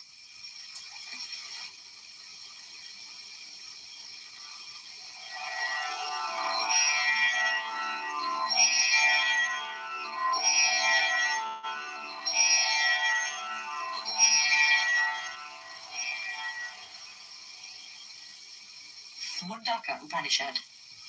Part 1, Chapter 1. Brahma was before the gods were, the creator of all, the guardian of the universe. The vision of Brahman, the foundation of all wisdom, he gave in revelation to his firstborn son, Atavan. That vision and wisdom of Brahman given to Atavan, he in olden times revealed to Angira, and Angira gave it to Satyava, who in succession revealed it to Angiras. Now there was a man whose name was Saunaka, owner of a great household, who approaching one day Angiras with reverence, asked him this question: "Master, what is that which, when known, all is known?" The master replied, "Sages say that there are two kinds of wisdom, the higher and the lower. The lower wisdom is in the 4 sacred Vedas, and in the 6 kinds of knowledge that help to know, to sing, and to use the Vedas. Definition and grammar, pronunciation and poetry, ritual and the signs of heaven. But the higher wisdom is that which leads to the eternal. He is beyond thought and invisible, beyond family and colour. He has neither eyes nor ears. He has neither hands nor feet. He is everlasting and omnipresent, infinite in the great and infinite in the small. He is the eternal whom the sages see as the source of all creation. Even as a spider sends forth and draws in its thread, even as plants arise from the earth and hairs from the body of man, even so the whole creation arises from the eternal. By tapas, the power of meditation, Brahman attains expansion, and then comes primeval matter. And from this comes life and mind, the elements and the worlds and the immortality of ritual action. From that spirit who knows all and sees all, whose tapas is pure vision, from him comes Brahma, the creator, name and form and primal matter. Chapter 2. This is the truth. The actions of devotion that sages heard in sacred verses were told in many ways in the 3 Vedas. Perform them always, O lovers of the true. They are your path of holy action in this world. When the flames of the sacred fire are rising, place then in faith the sacred offerings. If at the sacred fire of Agni-Hotra no heed is new moon, or of the full moon, or of the seasons of the year, or of the first fruits of spring, if no guests are present, if the offering of the sacrifice is left undone or not done according to rule, or the offering to all the gods is forgotten, then the offerer does not attain the reward of the 7 worlds. The dancing flames of the sacred fire are 7. The black, the terrific, that which is swift as the mind, that which is dark with smoke, the deep red, the spark blazing, and the luminous, omniformed flame. If a man begins his sacrifice when the flames are luminous, and considers for the offerings the signs of heaven, then the holy offerings lead him on the rays of the sun, where the Lord of all gods has his high dwelling. And when on the rays of sunlight the radiant offerings raise him, then they glorify him in words of melody. Welcome, they say, welcome here. Enjoy the heaven of Brahma, won by pure, holy actions. But unsafe are the boats of sacrifice to go to the farthest shore. Unsafe are the 18 books where the lower actions are explained. The unwise who praise them as the highest end go to old age and to death again. Abiding in the midst of ignorance, but thinking themselves wise and learned, fools aimlessly go hither and thither, like blind led by the blind. Wandering in the paths of unwisdom, we have attained the end of life, think the foolish. Clouds of passion conceal to them the beyond, and sad is their fall when the reward of their pious actions has been enjoyed. Imagining religious ritual and gifts of charity as the final good, the unwise see not the path supreme. Indeed, they have in high heaven the reward of their pious actions. but thence they fall and come to earth or even down to lower regions. For those who in purity and faith live in the solitude of the forest, who have wisdom and peace, and long not for earthly possessions, those in radiant purity pass through the gates of the sun to the dwelling place supreme, where the spirit is in eternity. Beholding the worlds of creation, let the lover of God attain renunciation. What is above creation cannot be attained by action. In his longing for divine wisdom, let him go with reverence to a teacher, in whom live the sacred words, and whose soul has peace in Brahman. To a pupil who comes with mind and senses in peace, the teacher gives the vision of Brahman, of the spirit of truth and eternity. Part 2. Chapter 1. This is the truth. As from a fire of flame thousands of sparks come forth, even so from the Creator an infinity of beings have life, and to him return again. But the spirit of light above form, never born, within all, outside all, is in radiance above life and mind, and beyond this creation's creator. From him comes all life and mind, and the senses of all life. From him comes space and light, air and fire and water, and this earth that holds us all. The head of his body is fire, and his eyes the sun and the moon. His ears the regions of heaven, and the sacred Vedas his word. His breath is the wind that blows, and this whole universe is his heart. This earth is his footstool. He is the spirit that is in all things. From him comes the sun, and the source of all fire is the sun. From him comes the moon, and from this comes the rain, and all herbs that grow upon earth. And man comes from him, and man unto woman gives seed. And thus an infinity of beings come from the Spirit Supreme. The verses of the Rig Veda, and songs of the Sama Veda, prayers of the Yajur Veda, and rites of initiation, sacrifices and offerings and gifts, the offerer of the sacrifice, the year, and the world purified by the light from the sun and the moon, all come from the Spirit. From him the oceans and mountains, and all rivers come from him, and all herbs, and the essence of all whereby the inner spirit dwells with the elements, all come from him. The Spirit, in truth, is all. Action, and the power of tapas, and Brahma, the Creator, and immortality. He who knows him dwelling in the secret place of the heart cuts asunder the bonds of ignorance, even in this human life. Chapter 2. Radiant in his light, yet invisible in the secret place of the heart, the Spirit is the supreme abode wherein dwells all that moves and breathes and sees. Know him as all that is, and all that is not, the end of love-longing, beyond understanding, the highest in all beings. He is self-luminous and more subtle than the smallest, but in him rest all the worlds and their beings. He is the everlasting Brahman, and he is life, and word, and mind. He is truth and life immortal. He is the goal to be aimed at. Attain that goal, O my son. Take the great bow of the Upanishads, and place in it an arrow sharp with devotion. Draw the bow with concentration on him, and hit the center of the mark, the same everlasting spirit. The bow is the sacred Om, and the arrow is our own soul. Brahman is the mark of the arrow, the aim of the soul. Even as an arrow becomes one with its mark, let the watchful soul be one in him. In him are woven the sky and the earth and all the regions of the air, and in him rest the mind and all the powers of life. Know him as the one, and leave aside all other words. He is the bridge of immortality. Where all the subtle channels of the body meet, like spokes in the center of a wheel, there he moves in the heart and transforms his one form unto many. Upon Om, Atman, your self, place your meditation. Glory unto you in your faraway journey beyond darkness. He who knows all and sees all, and whose glory the universe shows, dwells as the spirit of the divine city of Brahman in the region of the human heart.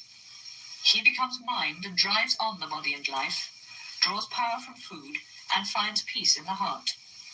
There the wise find him as joy and light and life eternal. And when he is seen in his immanence and transcendence, then the ties that have bound the heart are unloosened, the doubts of the mind vanish, and the Lord Karma works no more. The wind changes all the time. In the supreme golden chamber is Brahman, indivisible and pure. He is the radiant light of all lights, and this knows he who knows Brahman. There the sun shines not, nor the moon, nor the stars. On fire. They're terrorists, Bima. They have only Spraying one these purpose. sorts of pesticides. Okay, so Everybody uses pesticides in agriculture, in case you didn't know about agriculture. We have plenty of fields right in the vicinity into which they can fling kites and balloons because they're psychopaths. we don't have to just happen to land on the most arable parts. What are you talking about? Yeah, the wind shift a lot in this area. The wind goes in both directions. What do you How many meters do you think because the some wind of would it is- cause? We cultivate right up to the fence, and they don't, by the way. I was just there. And so, how many meters over do you think it covers on the side? How many meters does what cover? We literally just spray the vegetation so that it doesn't hide what's going on the other side of the fence. And Okay. they're told not to approach the fence because then they come over the fence, invade the kibbutzim, and slit the throats of old people and children. And we want to prevent them from having to be shot when they do that. Yeah, I So think you just preemptively shoot them. what? No, we don't preemptively shoot them. Well, I mean, like that's what it said. No, It said a buffer zone, yeah, inside the build separating, right? Of course, A yeah. buffer zone. So the buffer zone, I believe, was created because there were, over the course from the time that GABA was established until that point in time, 2015, there were various operations of infiltration. And if I remember correctly, there were even before 2015 echoes of terror tunnels, right? People were mentioning terror tunnels. Of course. And this is the reason why they created this buffer zone, right, Bima? Because of impending terror attacks to prevent larger scale attacks, which would include more deaths. Yeah, otherwise, we'd have to shoot them when they came into Israel. Oh, I see. Which they have no right to do because they're not Israeli. Israelis have allowed. Oh yeah, no, it makes sense. It makes sense. And the people that live around Gaza have allowed, but it's totally the people who live around Gaza are kibbutzniks. They're like peaceful farmers that go into Gaza and bring people out to get cancer treatment and other kinds of hospital treatment. Those are the people that they came and slaughtered. They made diagram.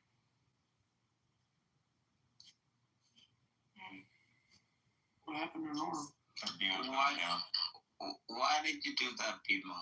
His phone probably died. I didn't move him. Such a bullshit liar. A-check, I'm about to fucking move you, you little bitch. God, If I said I didn't do something, I didn't do it. Maybe you like to lie, A-check. I don't lie. Fucking Kasumkum piece of shit, bitch, cunt. You're gonna be a horrible fucking cunt. Yeah, no, I'm just giving you what you gave Emrose. I'm just giving you what you gave Emrose. Just completely Emrose is a Kasumkum, stupid. Emrose is a Kasumkum, the mother of us. Bima, she wasn't here to get the vindication. Bima, love, I've never called you a Kasumkum ever in my entire life. Never. Don't call me a Kasumkum. That's a terrible thing to say to somebody. So awful. Don't do that. Person. You're a horrible person. It makes you a horrible person. It's breaking my heart. Don't call me a Kasumkum. That's a terrible word to use. Don't do that. So bad. You know, you're better than that, Bima. Don't do that. It's a horrible thing to say to somebody. So, the dual use expression, dual use, 2010. Let's go to page, let's see. So, did you get that figured out, Bima, if they sprayed the pesticides?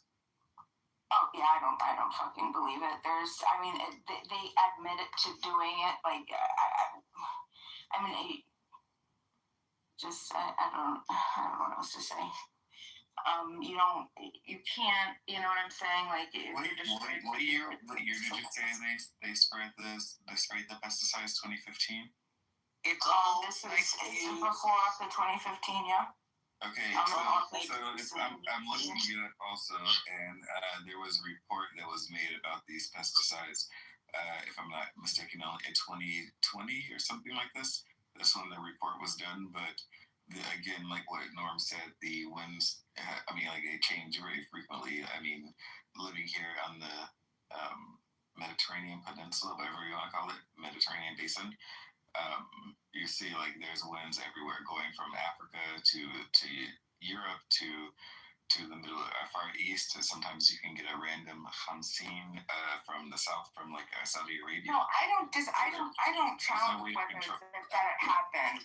Well, I think and the point though is that it did happen, and it just happened to land on the most arable plots of soil in all of Gaza.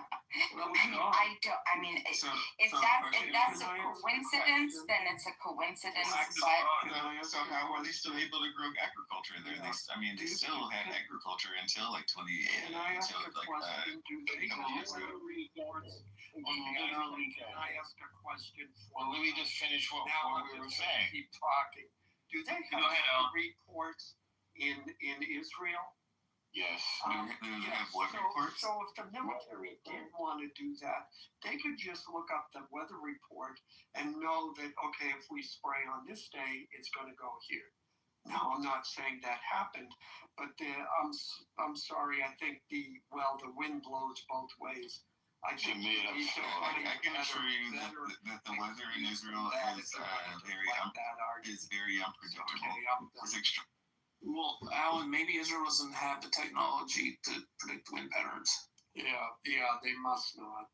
No. We have the ability. We have as much ability as a must.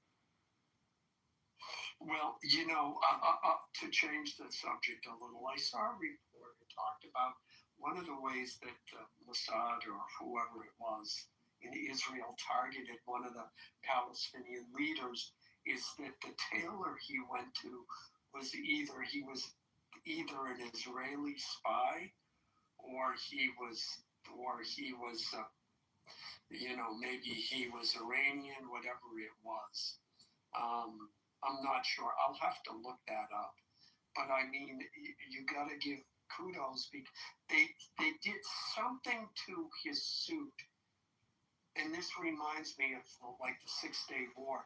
They did something to the suit that it marked him as the target, so that they were able to take him out because of that. But I mean, that level of planning. Israel's in it for the long haul. And I don't hear about those kinds of things coming from the Palestinian side. And if they really want to fight a war, they got to get their crap together.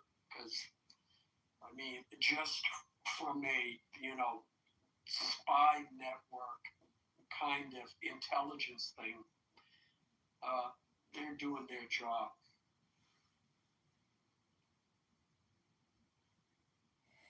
And I'm going to say one more thing about it, but I got to look it up first.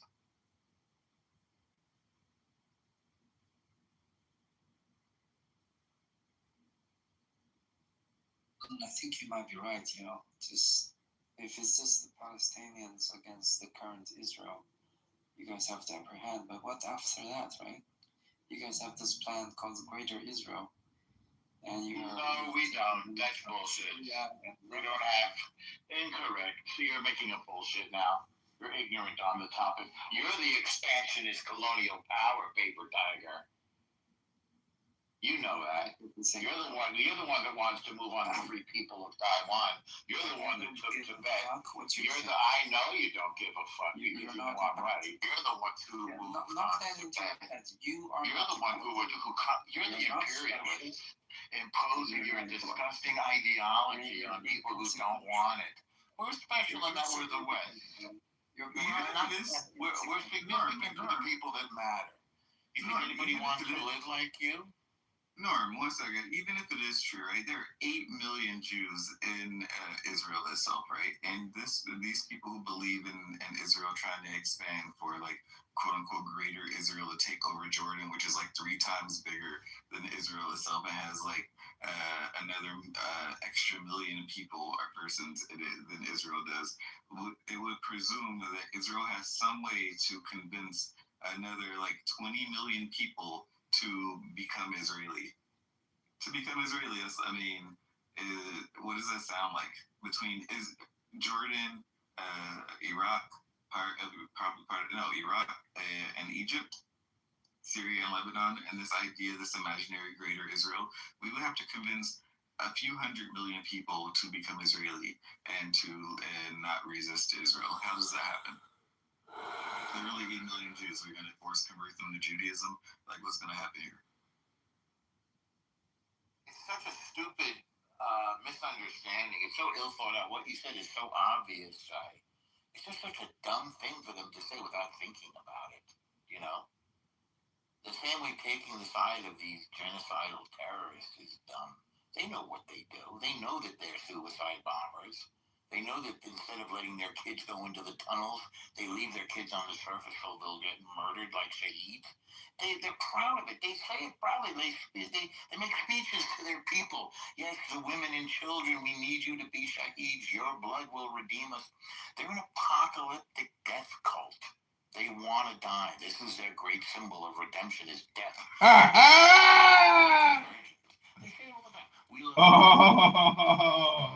Gotta take a picture of this one.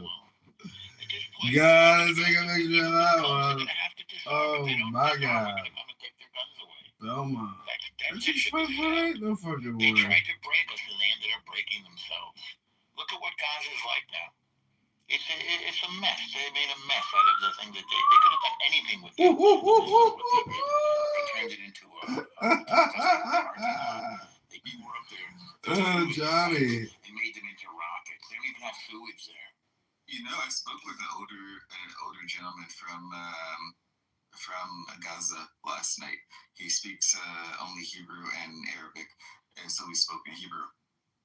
And he said he blames Hamas for Gaza, right? I was asking him about like what he thinks about Israel. He actually wishes he were Israeli because in Israel they actually have rights and they and we have like normal lives. But then I asked him like about the PLO and Johnny. And he was like, they're all pieces of shit, and they're no good Palestinian leaders, and they put them in this position. And that's what the people in Gaza are saying.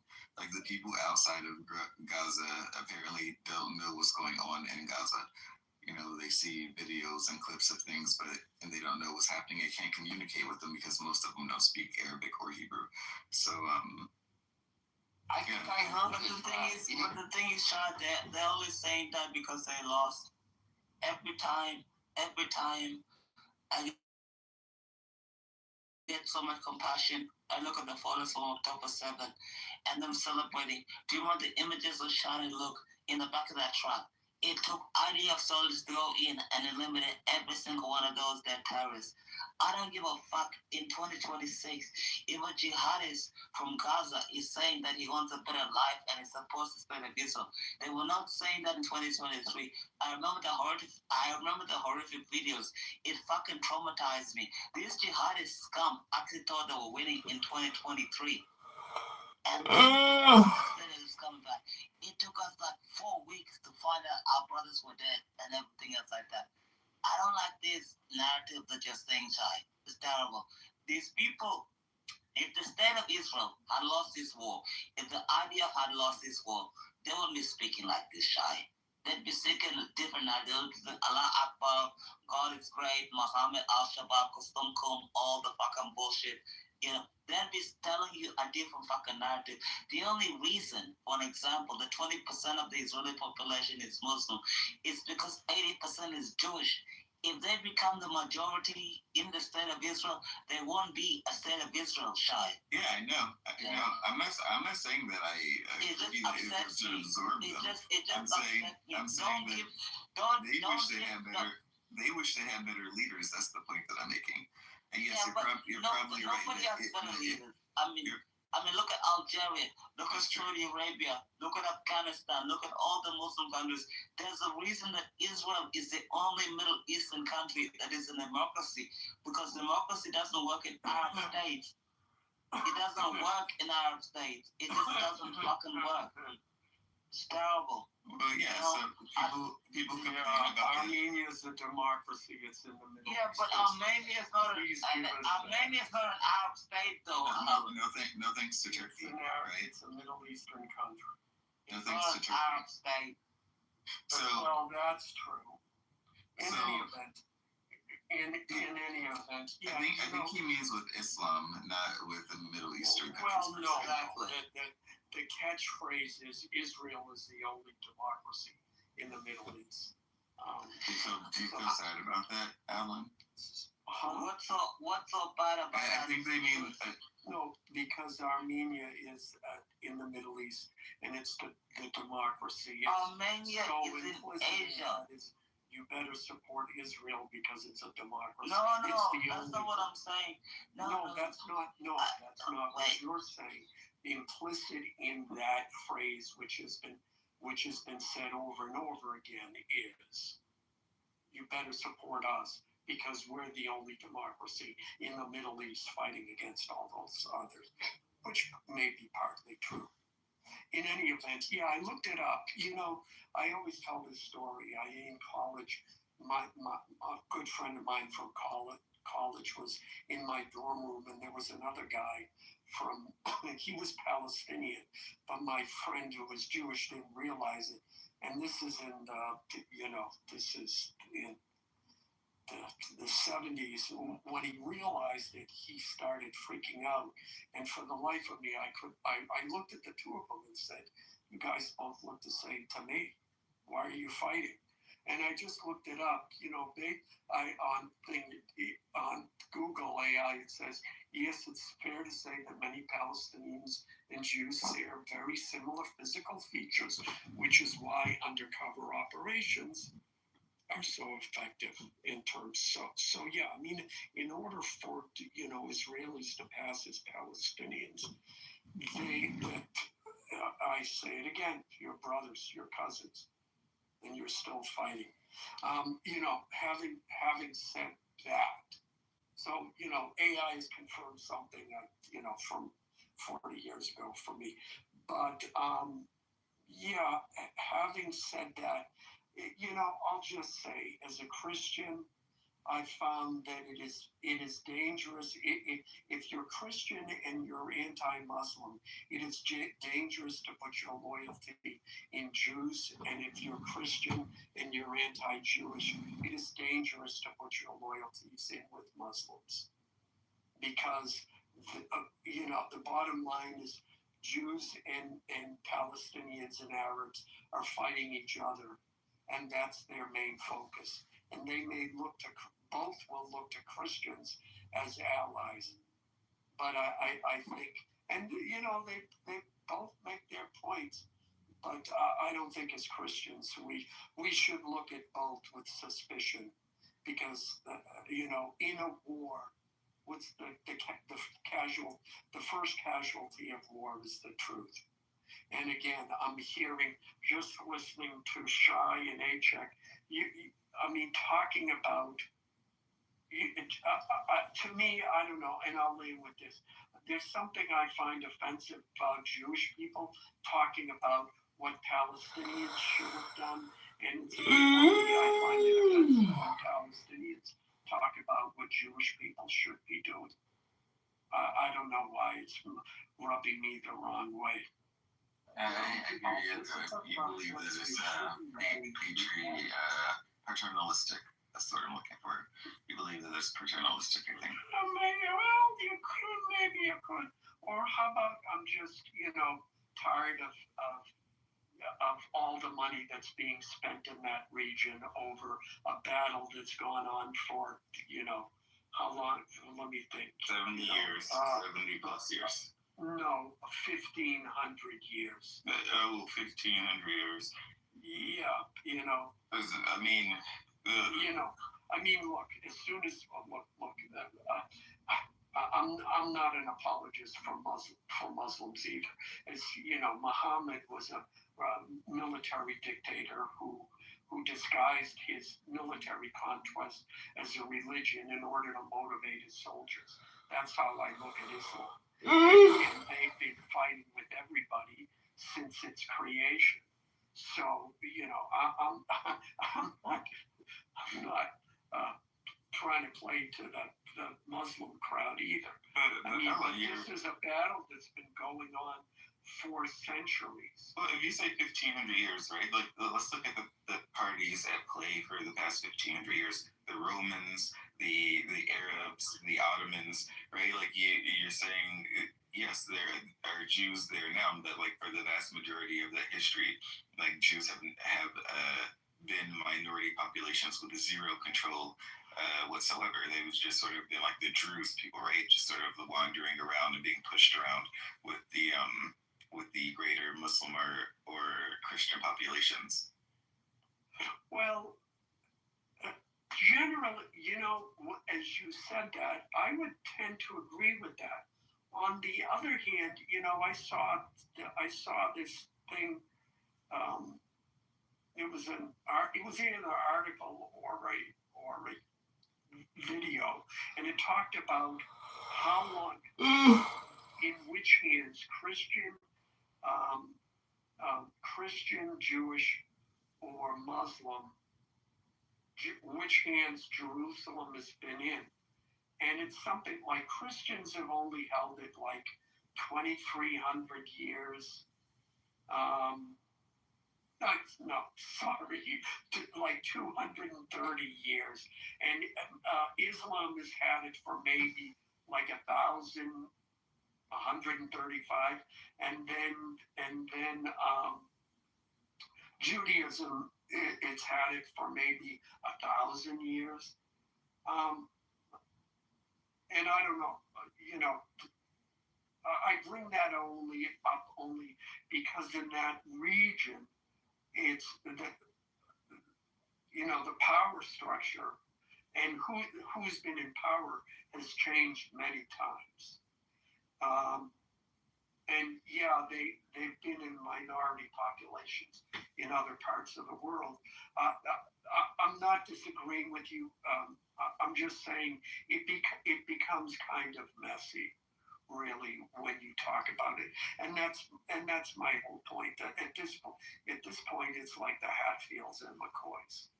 Why it started, we can trace it back, but it comes down to, well, they did this, but you did that, but then you did this. That makes it seem like we're equal, Alan, but we're not. The Hatfields and McCoys, there was a presumption of equality. We wanted them to be equal, and they disdained it. They disdained the West. They belong to a suicide cult, Alan. This is the reality that's emerged since October 7th. We offered them a state many times. They walked away from the table. They don't want to see it. They want to kill Jews. And Norm, I know you find my equality statement, you don't agree with it. No, but I think it's noble in sentiment, and it's how I felt before October 7th, so I understand it. And it's dispassionate and objective and equanimous. But I'm just saying that we. You know what's funny? Before October 7th, remember, no, I used to disagree with you. That's right. We used to fight. I said 2 states. And I used to say it'll never happen because it's a terrible terror state. And I had so many arguments. That's right. And I was wrong. I believed in them, and they disappointed everybody. They disappointed the world. Everybody thought, oh, we'll give them a state. They're going to be good neighbors. The land will flow with milk and honey. We're going to build hospitals and schools and technology, and they'll have this. They don't want any of that. Look what they did to Gaza. Look what they turned it into. All the billions that flowed into Gaza, and they made underground tunnels to make war on Israel, which are now all being destroyed. All that money down the drain. But the same as Iran. We're going to. They put half a billion. Yeah, but Norm, here's the thing. Here's the thing, and look, you said you used to think that, but after October 7th, you don't feel that. You know what? That's fine. Okay. However, I'm being interrupted here. Oh no, they're leaving. Here's the thing, though. I think that see, I don't as horrible as. Here's what I was going to say. I can't change your mind on that, but October 7th is not in isolation. And when people do, regardless of how you view it, yeah, I'm not going to say this is This is the way I view it. It isn't in isolation. It isn't. So I agree actually with you, Alan. I agree with you that just say it. If when people feel that they are not free, then they will do. Then nothing else matters. And they kill themselves. Well, how many? Alan, what kind of sense does that make? Don't justify terrorism. No. October 7th was pure terrorism. They raped women. They killed a 9-month-old baby. Wait. How was it breaking up the cage? Wait, Alan. They strangled a 9-year-old baby to death. I understand. Fuck that, bro. That's not fucking breaking out of the cage. Alan, can I respond to what you said? Bro, if I'm oppressed, I don't strangle a 9-year-old fucking baby. Here's the only other thing I will say, which is name a war in which each side did not revel in the deaths of their enemy. Yes, they did. They were celebrating, bro. We don't revel on the death of our enemy. Bro, I listened to the video of Shani Luke, and they were like, Allah Akbar, and they give out candy when they slaughter civilians. Bro, did you see the body of Shani Luke? They were saying, and the women were celebrating her fucking body, and she was like half fucking naked because she happened to go to a music festival. Fuck Gaza. Honest to God. Nobody they strangled a 9-month-old baby. Alan, the biggest children were 9 months fucking old. And nobody, they strangled them to death. Paycheck. Bullshit. All right. So in the Armenian genocide, the Turks took babies from their mothers. Yeah, that's a horrible thing too. Buried them up to their heads in the ground, and then marched horses over them in front of them. You don't have to tell me how brutal they can be. Alan, I know this to be 100% true. What you're saying? Yeah, I know. I know this. Alan, that's a horrible. I know you know. I read The Bridge Over the Drina by Ivo Andrić. They specialize in impaling, and they do it so that you don't die. Norm, you know that I know it, and I know that you know. We both know it. Okay. What I'm talking about is this. And this is what I object to, is that I said it earlier. You weren't here. I think I said it. Peace has to be made. And it's going to be a peace that nobody likes. Jews won't like it. Israel won't like it. Palestinians won't like it. But that if nobody likes it, that means it's the one that's going to work. Can I respond? Because, do you usually purchase items in that way? We all know the history of the Middle East. We know the perspective of Jews and the Israelis. We've heard the perspective of the Palestinians. Okay, we've been and for the dopes like us who are on Clubhouse, we've both heard all of these arguments over and over. These rooms never settle anything. Everybody's still pissed off, and the war still plods on. I don't know. I just think. So Alan, the problem is when you said October 7th, it didn't happen in a vacuum, right? And I agree with you. But also Gaza didn't happen in a vacuum. Gaza was an attempt to say that again? I said I agree too. Yeah. So Israel has made concessions and has tried to do things, including remember, if you don't know that when Israel was announced as a state and declared its independence, there was also a vote to create a Palestinian state, but the Palestinians and the Arab League rejected it. So effectively, Israel's existence has always been seen as a prison for the greater for the Palestinian cause or Palestinian world. So there This they isn't the couldn't have had World Peace opportunities Government on for Clubhouse. free, It's quote low unquote, IQ freedom, hypocrites as who long as can't Israel stop existed, promoting but it wouldn't have terrorism and existed politics. for them. The law is never Yeah, discussed. and I understand. I understand that. Like their position, I understand their position was we don't want Jews there at all. And I think, and as I remember, I forget, it was during Trump's presidency, I think, that there was that the other Arab nations said, okay, we're done with all of this. We're going to start negotiating with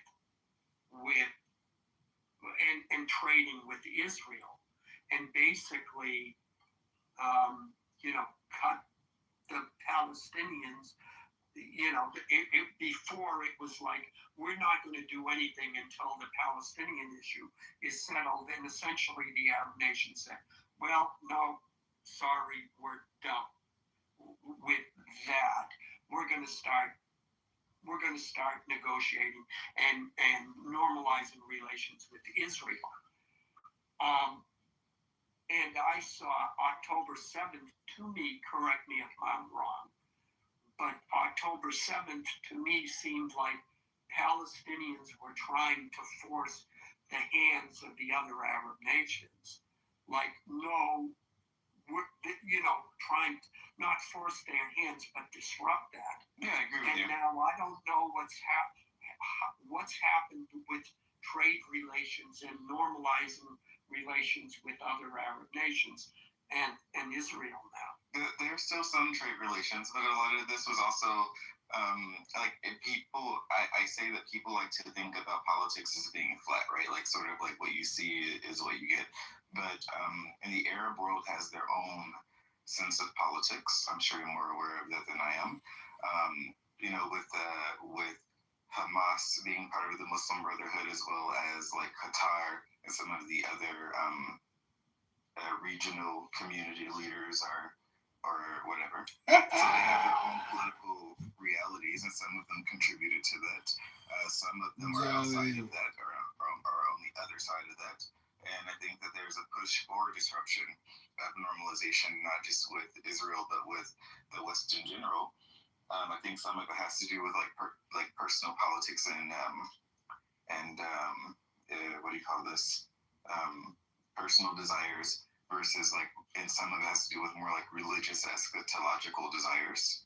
I think that there's something within like Islam that says if Muslims are the majority of the Muslim world recognize Israel, then like something bad is going to happen.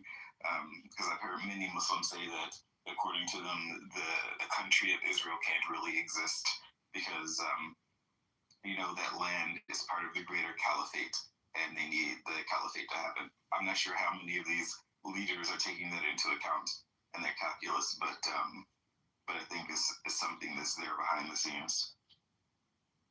I think immediately Israel has to worry about fresh water.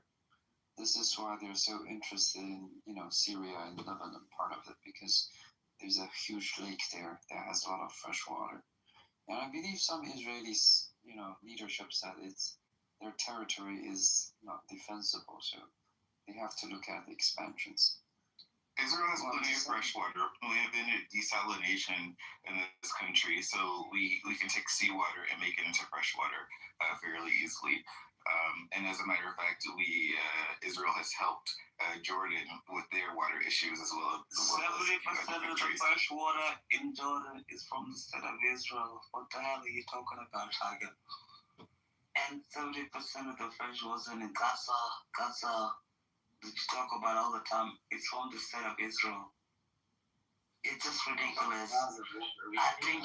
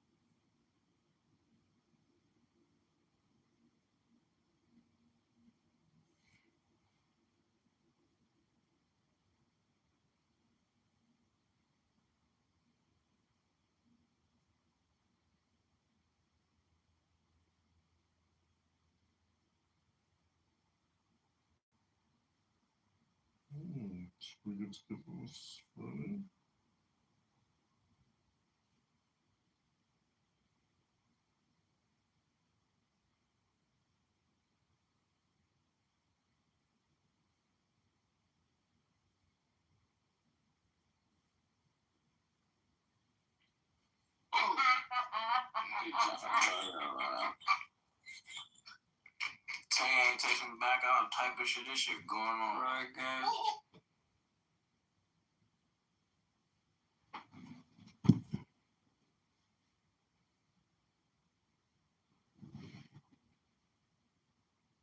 Someone talk all the bullshit, somebody rebuttals you, and then you're like, oh, I don't care what you have to say. I don't give a shit. You call yourself Tiger, and you're a bitch ass, and I don't care. It's just the way it is, bro. The state of Israel is gonna exist whether you like it or not, bro. Go deal with Taiwan. Go deal with your country and everything. Go deal with not being a Han Chinese, bro. You're not even a Han Chinese. You're not even, bro. You're so retarded that you're not even a Han Chinese. You're such a retard that the Chinese government doesn't even like you. You're not even a Han Chinese, so shut the fuck up with your old bullshit and everything else like that. And you just sit here and you talk about the state of Israel. They're gonna be disturbed with fun without you. What's up, people, bro? I didn't see you speaking. I'm just laughing. Yeah, he's not even a Han Chinese. You're like the nigger Chinese. You're a horrible heretic. You're the West of the West. The Chinese government doesn't even fucking like you. Shut the fuck up with your bullshit. So don't come here and talk about the state of Israel and everything else like that. It's winning just fucking fine. You know? Wait, what's so what the hell are you gonna do about it? I mean, Beaver, what the hell is he gonna do about it? He's not even a Han Chinese. He's not even a real Chinese. He's like a fake big Chinese. Like, what the hell do I give a shit about what he has to say?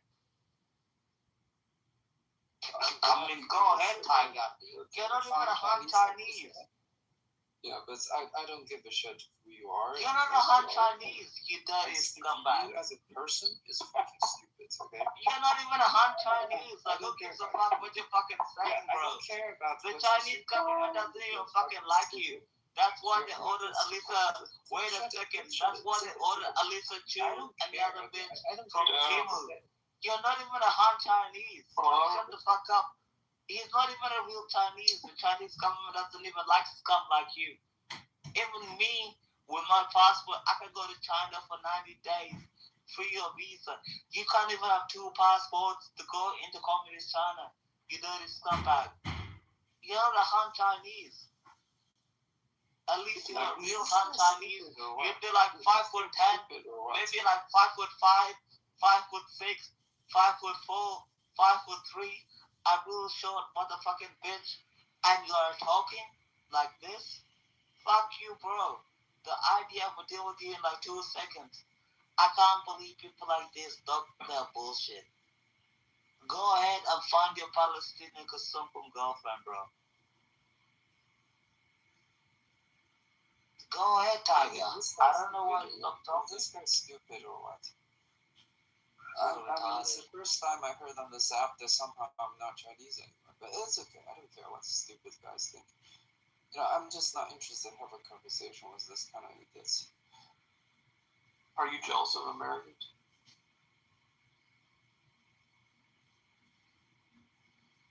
He asked you a question.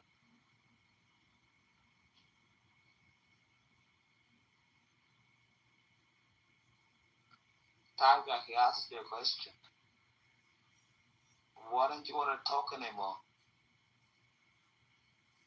He's such a I told you he's such a bitch ass. He asked you a question, Tiger. Speak. You could ask me questions. I don't need to tell me who's asking me questions. Are you jealous of Americans? He asked you a question, you bitch ass. Speak. Who's asking? Beaver? Is that you? You were asking? Yeah, are you jealous of Americans? I'm fine with Americans. Americans are okay. America's You were saying we were number 2, like in tech and science. You said we're number 2. This is my nature index. You know what nature index is? Nature index? So I don't want to argue with you, Beaver. I don't need to argue with you on who's first and who's second. It's pointless. It is pointless. That's correct. Alan, I have a question for you. When the Eastern world, if they've succeeded in like destroying the Western world as they plan to do, which empire do you think is going to take over? Will it be the Chinese, the Arabs, or the Turks? Is the Turkish Empire going to return, or maybe the Russians? Well, I believe it will be the midgets of Lithuania.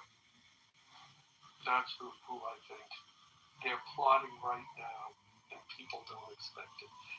I have no way to answer your question. I think as long as we don't have transporters like Star Trek, then the limitations of travel will prevent anything like that from happening. But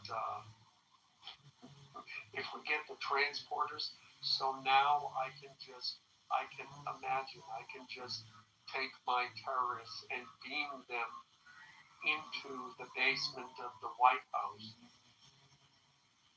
And bye-bye. You know?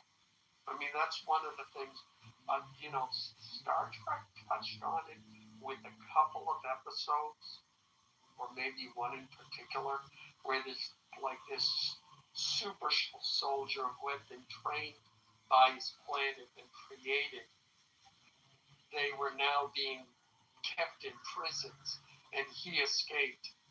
And it was an interesting episode.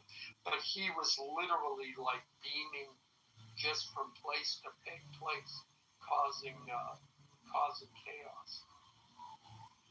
I think that would be a problem. Until then, no, we still have limitations. We have limitations, that's for sure. But people claim that America is like a hegemony who's controlling the world, an empire itself. And I look like in reality, and I see that in the Middle East, Turkey's trying to rebuild the Silk Road. Right, it's all over like Turkish news and aspects of like the Arabic news. The Chinese, the Russians, and several other countries are involved in this BRICS currency, and which is not necessarily a big deal, but all of these countries who are also invested in opposition to the quote-unquote Western hegemony are also involved in this, and part of their goal is to devalue the dollar, right? And the value that America has, which if the American dollar does get devalued in such a way, most people in America will be living off of monopoly money. In theory, it could be like Zimbabwe money. It depends on like how far this goes. Well, I'm just saying like it's a possibility even without the Star Trek and transporters. Yeah. Okay. Well, you've helped. Define the question. In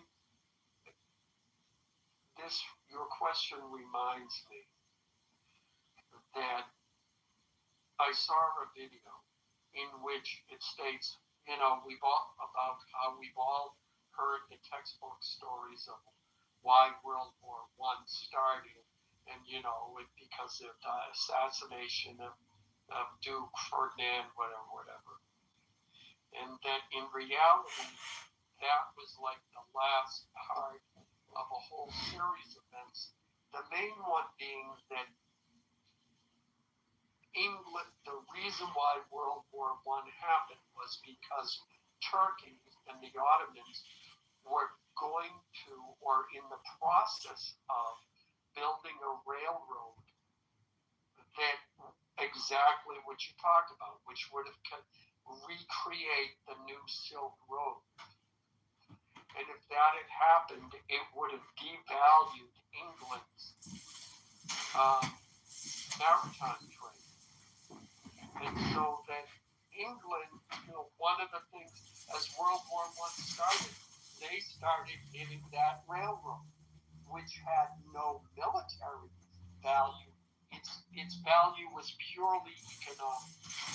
So you see that same kind of thing happening again. And this is, we'll see what's going to happen with that. I think part of the U.S. hegemony springs from the fact that the U.S.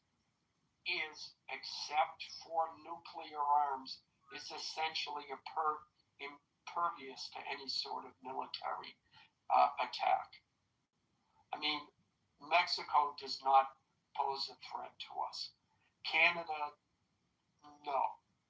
Besides, our hockey team just beat theirs, so in the Olympics. So yeah, we don't have to worry about Canada. I just have to rub that. And then we've got, two huge oceans on the east and the west coast. And I think that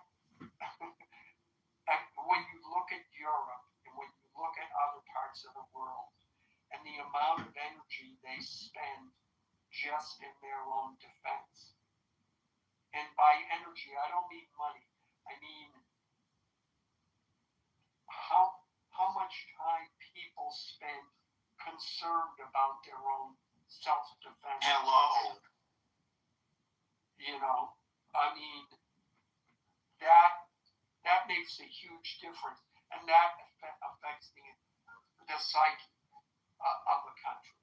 Wilbur and Orville Wright never had to worry that someone might attack them while they were tinkering with airplane wing design.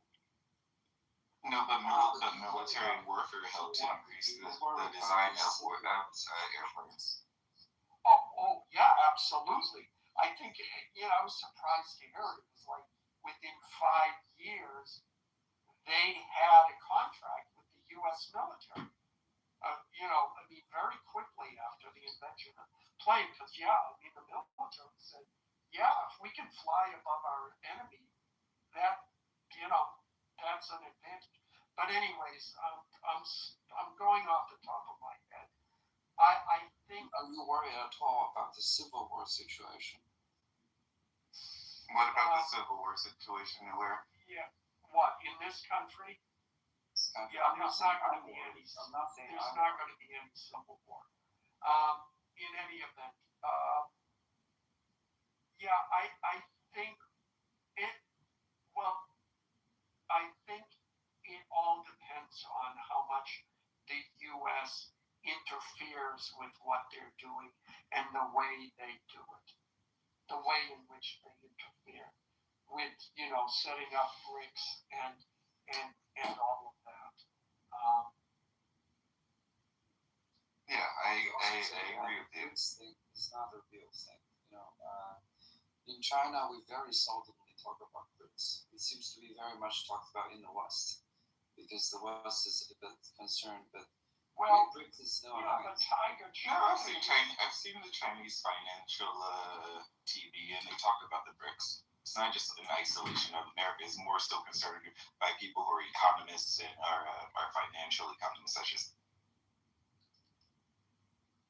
There are some talks, but we are aware BRICS is not a serious alliance because if you put China and India in the same organization, India is not going to let China want to dominate the global currency. It's just not going to happen.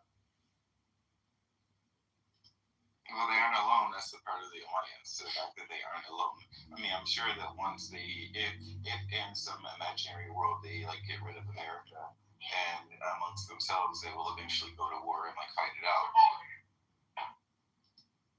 But I mean, I think that's more like it's the same thing with the Arabs. It's like once if in some imaginary world they get rid of Israel, they'll eventually kill each other until one dominates one another. Well, look, I think the Middle East has always been a mess. And I think it's, it's hot. But think about it, Alan. Like Nigeria is 50-50 country. It's 50% Muslim, it's 50% Christian. I actually don't think there's gonna be a so-called Nigerian state in the next 30 years. I think they're gonna break up. They're gonna have a very violent civil war. It's gonna be horrible. But the Nigerians, they're not gonna put up with Boko Haram in the north, the Fulani and all the other people. It's gonna be a very, very violent breakup. So I don't see that happening. Are the Muslims gonna retake Armenia? Armenia, hell no. You know what? The Trump administration has just negotiated. They're going to invest like $9 billion. The U.S. is investing a lot of money in Armenia, way more than they have in the past. Now we'll see how that plays out.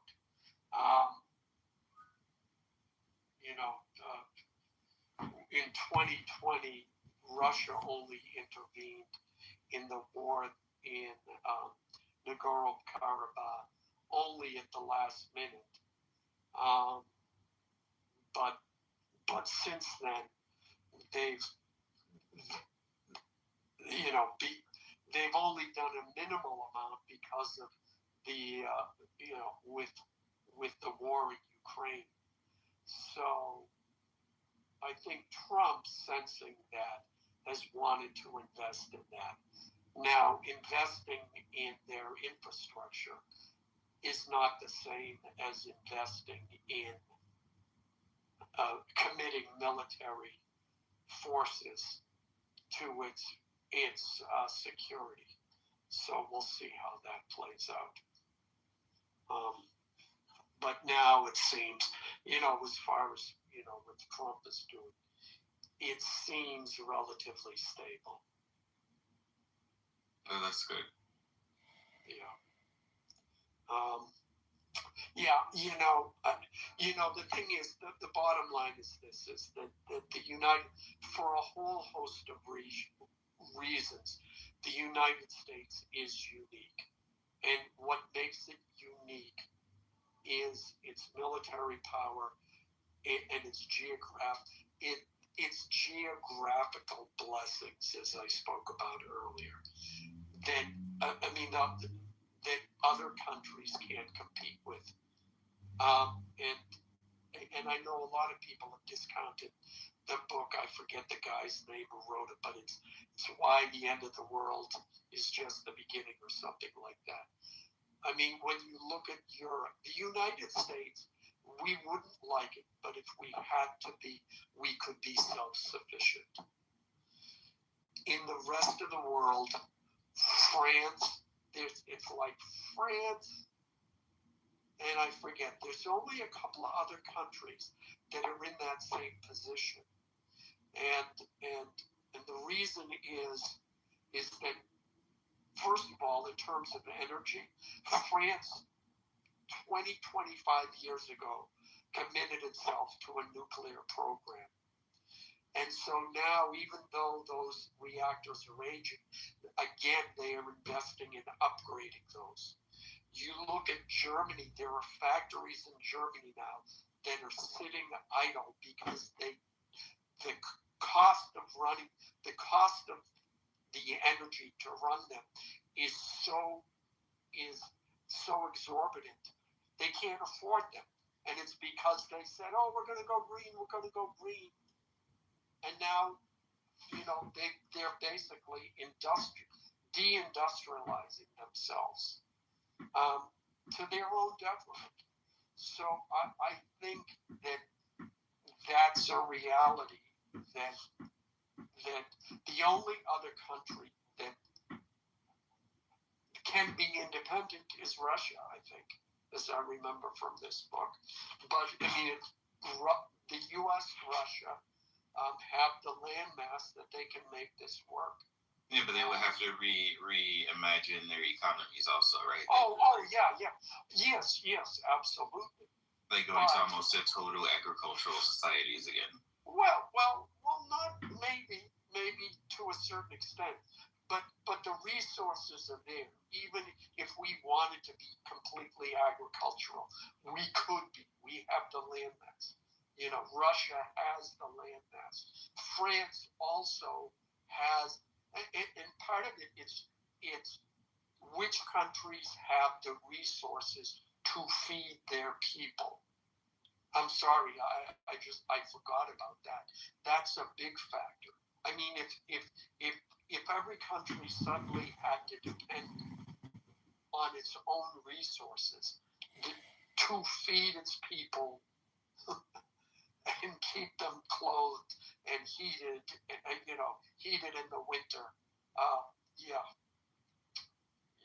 there are a few countries. So I think those are reasons why America, in spite of what others predict, I think America will continue to be the dominant force in the world. Well, maybe that was the longer answer that you wanted, but that's what came out off the top of my head. No, I listen. As long as you don't have enemies trying to come after you, is everything is pretty good, right? So, and like you said, America's geography and the fact that it has good relations so far with its neighbors, immediate neighbors, puts it in a pretty decent position. But the issue that people don't like, people talk about America and like the Cuban Missile Crisis, right? Or America and in I guess Venezuela or whatever. But a lot of that has to do with external factors, with like Russia trying to come in and persuade those countries to to develop some sort of allyship with it that put America in danger over the past 100 years, or a threat, I should say, not in danger, but a threat over the past 100 years. And that is the issue, what happens if or when some of these external factors like rear their ugly heads again. The thing is, try to destabilize the. Yeah, because you mentioned about the World War I. You must be familiar with the theory about the world's island, right? And you know about the competition between continental powers versus maritime powers. So in that theory, right, and consider today's America, America's benefited from, whatever system it is today, which is basically a U.S.-centered hegemony. And for you to talk about America, try to draw back to its own land and be a defensible agricultural self-sufficient power, that transition itself is already going to be very painful for America, who's used to this current level of standard of living already. Because a lot of that comes from its position in global finance and global trade.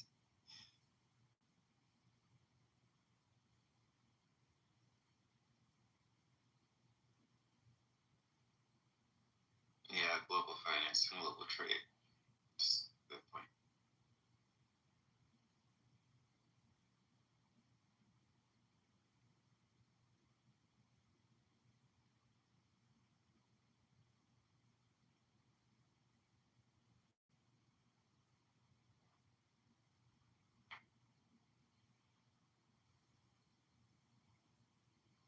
Or if you're around, could you bring Lawang up?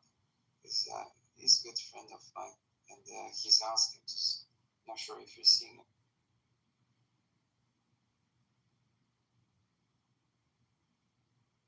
Thanks, Tiger. Thanks, Peter. Peace to the law. Happy to have all the people on stage. Peace.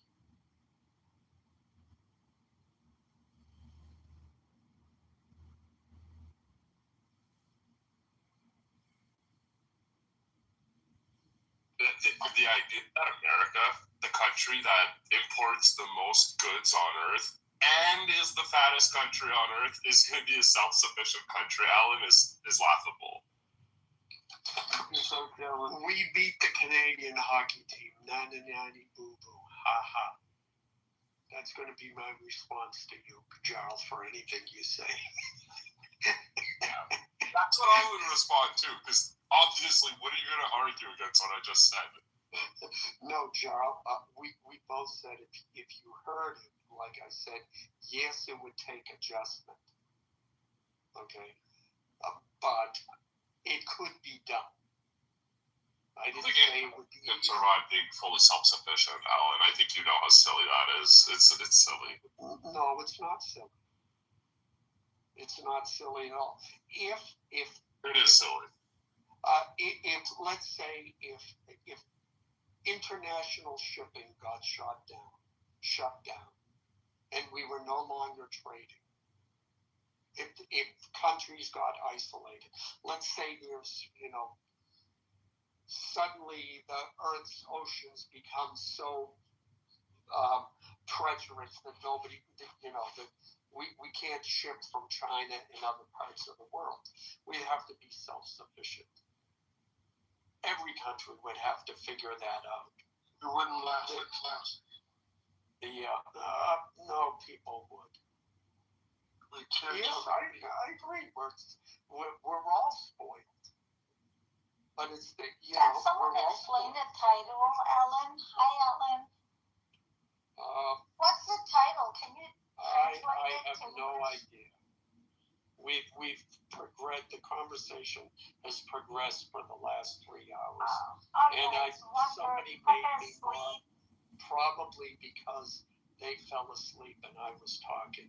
So there's no explanation. Beaver's off. Beaver, you sleeping? It's anti-Semitism.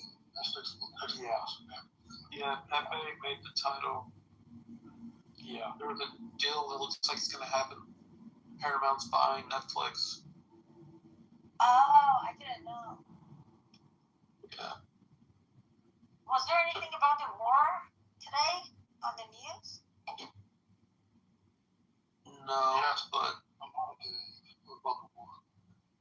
China is selling advanced technology is going to defend Iran. The United States is going to cave. That's what happened with the war today. I can't hear you. The U.S. beat Canada in hockey. Canada now has nothing against the U.S., so Charles upset. Well, I hate to break it to you, Laurent, but the talks that are in the Western press about China selling anti-ship missiles to Iran, it was actually all negotiation, and they've been talking about it for over a year. And even if it was agreed to, the delivery would take months, and the training would take even longer. So I don't think it helps in today's situation in Iran. No, I'm just trolling. But there was a... China's already sold them enough fucking measles. Like, it's like, why do you do that? I don't know. China's a retard. Why does America give everyone weapons on Earth? Why does America kill everyone on Earth? What a stupid thing to... Gerald, what's the last time people in America went out to protest and the government decided to kill 50,000 people in a day? Dude, the government's been killing Americans? Can you just shut the fuck up and listen? No, just shut the fuck up! What are you talking about? You asked me a question. A government that killed 50,000 of its own people, sent 300,000, 400,000 to hospitals. Sounds like 100,000 people go missing. 100,000 people were America killed a bunch of people, moron. America's killing people. America's killing humans right now. Right now you're killing people. Gerald, I still don't believe what happened because it's like, how the fuck can you do that? Like, we sit down, we use AI, we try to fucking figure out how can you fucking kill 50,000 people in like 2 days. This is not a joke. Can you tell me why whenever somebody brings up the number of deaths in Palestine, people like you will go, no, we can't trust the UN. We can't trust the UN. There's no evidence of that. But when it comes to Iran, there are 50,000 people dead? That's hilarious. That is laughable. Okay, that's so funny. Beaver, you got a fucking mod. This is very disrespectful. I just think that You people like, Hold on. Gerald, it's fine to be a piece of shit. It is fine to be a piece of shit, but there's a time to just shut the fuck up. No, this bro is so cool. Okay, you mad, bro? there's nothing. You mad? You Lewan, you shut the fuck up too. You mad, bro? Every Iranian I don't knows know someone who was the hell killed. is this little? You guys need to shut up and let the Persian slut talk. Okay, then you guys can talk afterwards. Who the fuck is She this interrupted me. cocksucker? Who the hell is this little one cocksucker? Actually, stop. Actually, stop. Let's Sarah go. Bro, let her talk her shit. You have to have a level of self-control. You know, like nobody hated Persians till yesterday. And just to come online and open your fucking mic and say, well, I don't know if that number is true or not, when every single Persian has been affected by this, be a human. What's your source for your number? Why should I believe your number? Why don't you shut the fuck up, you dumb You live in Canada. Hold on. Shut the fuck up. Let me tell Gerald. You live in Canada. So why does everybody need to be quiet for her to shout at everyone? Because the Persian slut is speaking and she gets to speak. Shut the fuck up. My rules. Faggot. Go to Starbucks or somewhere. When you run into Persians, ask them if they know anyone who was killed. Don't ask them how many people were killed. Just ask them if they know someone who was killed. Everyone knows someone or knows someone who knows someone that was killed. If the number was 1,000, that wouldn't be possible. Just ask people if they know someone who was killed or arrested. Gerald, be a human being. My brother was shot in the neck. They didn't take him to the hospital because the government was going in the hospital and shooting people in the head. Be a fucking human. At least don't say anything. I do that. I'm not allowed, so. Sometimes. Listen, there are times that I don't like people or a group of people or a cause, but I just shut my fucking mouth. There is a level of, just be a human for once. What the fuck? How long do we gotta let her monologue and yell at everyone? You can speak. You can speak. Go ahead. I can speak up? Well, that was really dumb. You have no evidence that 50,000 people are dead. Normally, I would agree with you, but the fact that people like you always have to say, well, there's no evidence that 50,000 people being dead in Palestine, I'm just going to treat you the same way. Nobody cares, and there's no evidence. Is Iraq Palestinian? No, he just hates people. He hates America. I hate liars. I hate people who just make shit You up. just called me a liar. You know what, Gerald? I've gone to Amir's room. You gotta chill, man. I have gone to Amir's Chill room, out. and I have told those nasty people, I have told them I've been wished for them to go through the pain and suffering that other people have gone. But I hope you through the same pain and suffering, and then you will understand. You seem like a fucking psychopath. Great. Are you done? Useful or substance to say?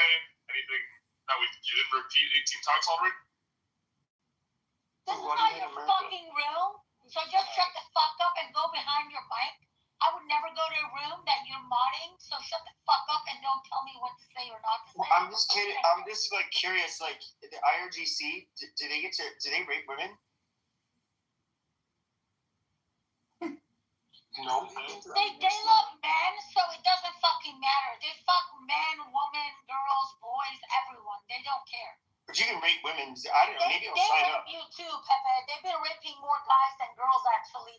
Girls are missing. We don't know where the girls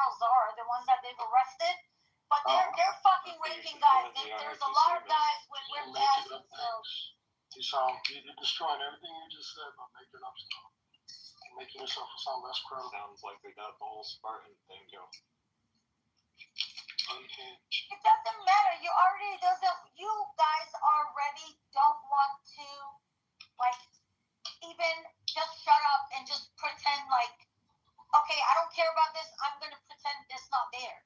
He called me a liar after I told him what happened to my brother in a room that replay is on. Replays are on there. Can you please shut it down, Kevin? Thank you. But it's like, you're just a fucking piece of shit. He literally called me a liar. You are a liar. No, You're a liar. You know what you are, Gerald? You know what you are? Apologize, Gerald. You're a fucking retard. That's what you are. I'm apologizing. When did you guys become such white knight feminine? Gerald, you're going to hell. Gerald, you're going to hell. You're a very horrible fucking person. Terrible. Shit. Your country is killing Cubans right now. Well, fuck you. What happened? The Cubans said they killed like a few Americans. Horrible, fuck you. I don't think no more Americans. There's like one. Let me tell you guys. Anybody got a full There is one thing happening in Iran right now. Iran's going to be the first country. Actually, listen to this. You're going to like this. Iran is going to be the first country that the college and university students are chanting, fuck the left, we want old Iran back. So they are literally saying, fuck the left, fuck the lefties, fuck the lefties. This is beautiful. Do you think the left in Iran is anything like the left in America? Do you think those two things have anything in common? Because that's hilarious. Yeah, the left is the left. What are you talking about? Are you fucking retard or something? I think Charles. There's a concept of the Red-Green Alliance, and I don't mean like normal liberal people. I think like there's a concept of these leftist socialists who are embed with Islamists. That's why Charles and Alumni are like butt buddies. Fuck both of them scumbags. The revolution, but then the Islamists behind it. So Khomeini, the guy who brought his IRGC achieved, he was Islamist, but he had leftist ideas. He had the leftist ideas. He pretty much said the same things Namdani's saying. Can't wait one time. I'll pay for your ticket. Justice for all. Free ride. Why don't you shut the fuck up when a woman is speaking a little bit? Free ride. Why did you guys become such feminists? So what if a woman is speaking? You guys don't care about women. Shut the fuck up, Joe. You're trying to say something. You don't want politics all day, every day. Yeah, guys. We need to feed we need to feed them to IRGC so we can.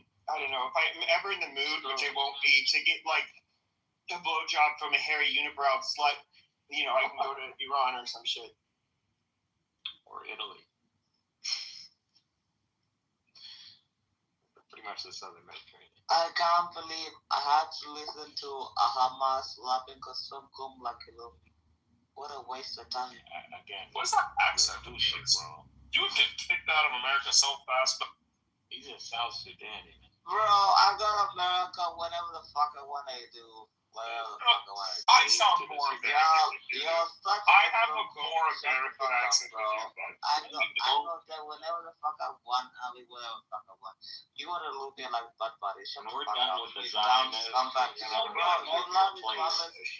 love Islamists like you love like fucking like dick measuring. Shut the fuck up, Illuminati. I don't care. I don't care, bro. Oh my god, you retarded scumbag. Jarl likes pegging. Remember when he lived in Cuba? He loves being pegged. Yeah, Jarl likes to get pegged too. Jarl likes to get pegged too. He's such another bitch ass. You admitted it, Jarl. Rendered Ajak. Sorry, Ajak. You admitted this, Jarl. Come on. Bro, you literally admitted. I don't know. When the Americans become some prudes, you guys are like you guys ever had sex? What the fuck? See, Joel, because Joel make fun of threesomes and lesbians and stuff like that. This is the Green Red Alliance. Lovely getting fake. Like, don't Charles. No, Charles just doing his straight up jihadi shit. No, that's amazing. Exactly. I want to see him. Gerald, that would be really cool if you were like, who were like those Taliban-y guys like back in like the 1990s. They would like, these grumpy old men would be like carrying sticks and they would just like hit every woman that like walked by them. That is so fucking cool. Is it? Is that what you want? Like, I think it'd be cool. I'm 90 years old. I'm grumpy, and it's just like, what am I gonna do all day? It's like I'm gonna hit sharmutas with a stick. That's all I'm gonna do all day. I feel like going to one of these malls or something. Yeah, I would. If I was 90 years old, I'd do it too. I just, just hit these stupid sluts. Just back to the kitchen. Exactly. This world has gone astray.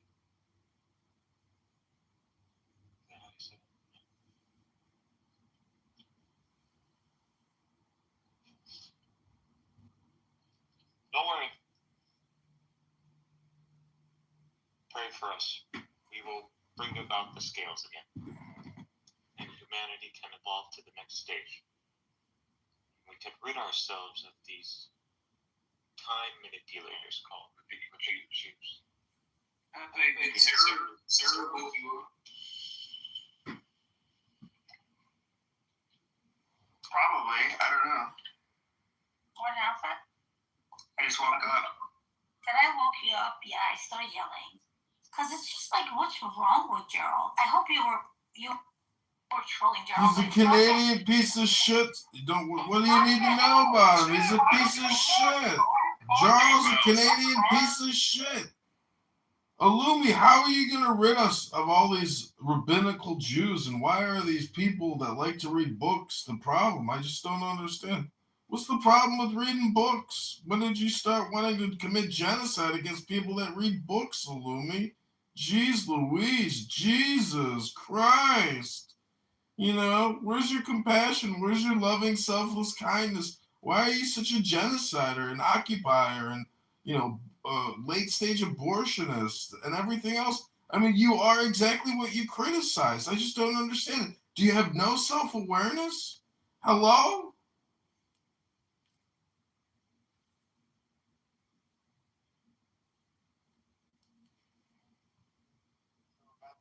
I don't know if she has any global. What do you mean if I have any consciousness? Do you feel any strong sentiment to any of the? I feel sad for every single person. Every single. It is sad. Try. You name one. I know where you want to go. You want to tell me I don't care about the Gaza? You want to tell me I don't care? I don't care if you don't care about Gaza. You could care about some other people. That's fine. Let me tell you something.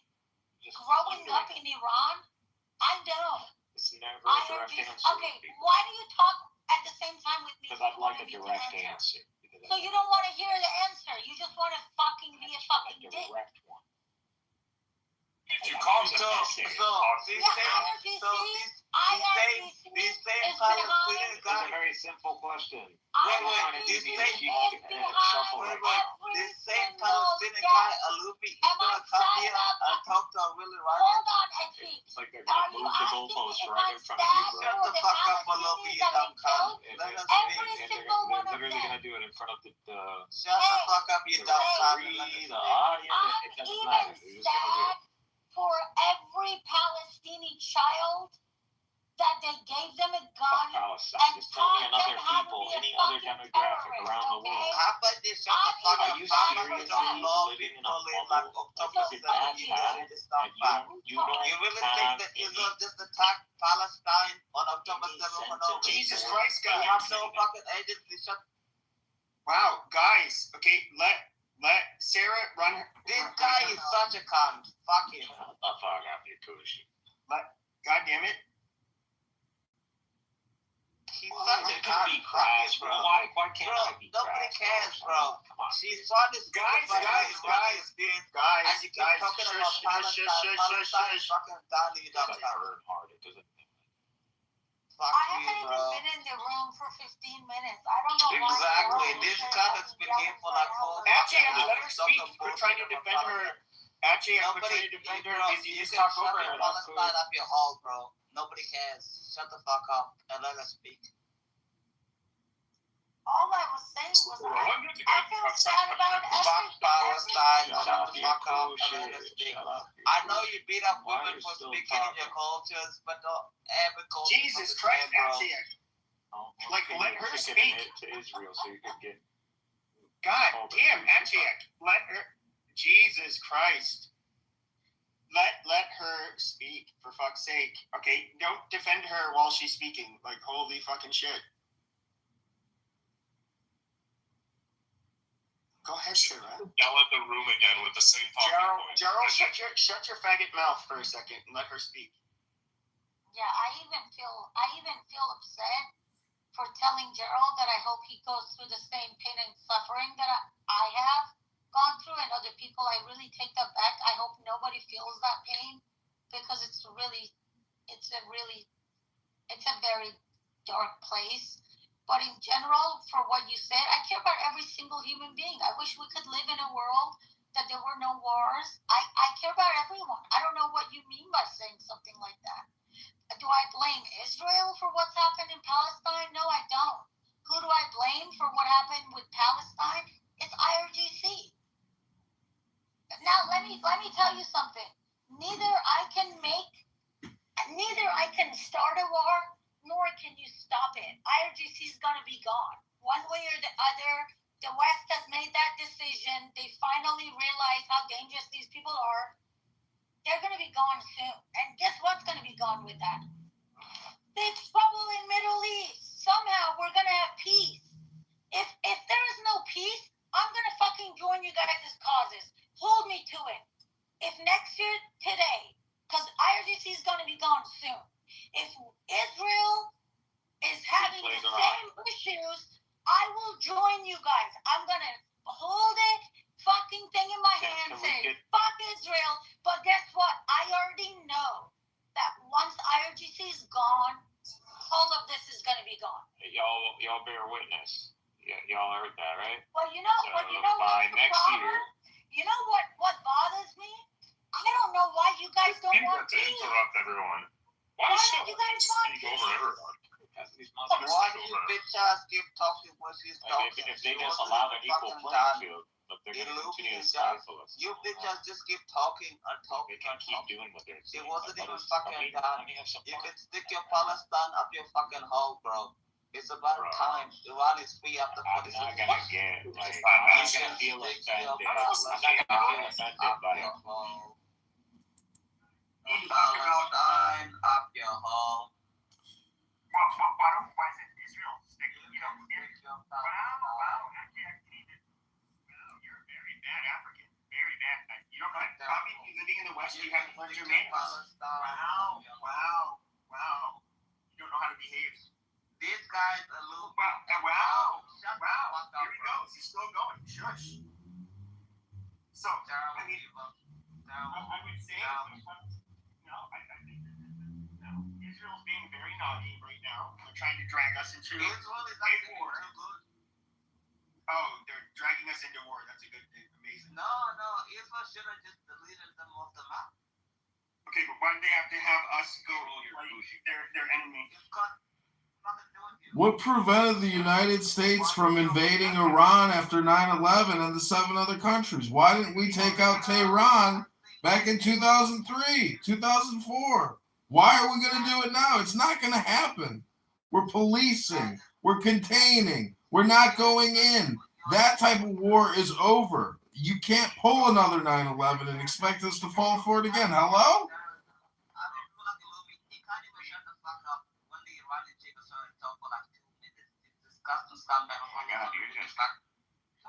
I agree, Adshak. Alumi is awful, he's horrible, and he's terrible. You hear that, Alumi? You're awful, horrible, and terrible. You're horrible, terrible, Kusumkums. That's like a Sudanese turd. Sudanese also terrible. No, I think if anybody needs to win and come out ahead, it needs to be the Palestinians and the IRGC. They need to come out ahead. How are you going to come out ahead when your country is a parking lot? What? The IRGC? How many countries? I'm tired of it. China. You're tired of Israel. Maybe you're tired of yourself. It's a fucking reality, stupid. You should go to the beach in Tel Aviv and experience it sometime and say, you know what? These people got some pretty good style. It's a pretty nice country. Wow, they built a nice beach. It's a beautiful country.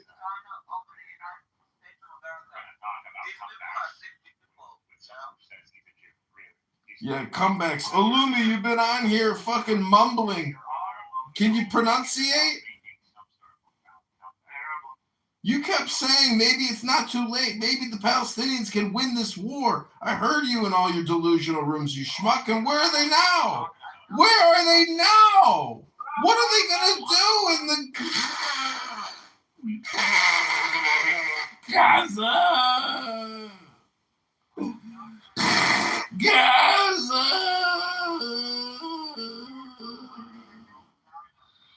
It's a parking lot. They're charging for fucking parking fees. My mission objective. Can you shut the coochie up, man? Can we put him back in the station? Alright, cool. By the very parameters of the mission objectives that were established prior. Parameters of the mission objectives? What are you talking about? That established their mission objectives pre their attack on Gaza. So, they achieved their objectives at the Supernova Fest by slaughtering innocent young people. Wow, what an objective. Hello? A partial objective of murdering people at a fucking concert. Hello? I told you that Israel was dealing with people. Remember when I told people that Israel was dealing with people? Shut the fuck up. This is what I mean. That Israel is dealing with people. You shut up, Jaro. Actually, this is not a place for you to suck Israeli dick, okay? I know you like to suck Israeli dick.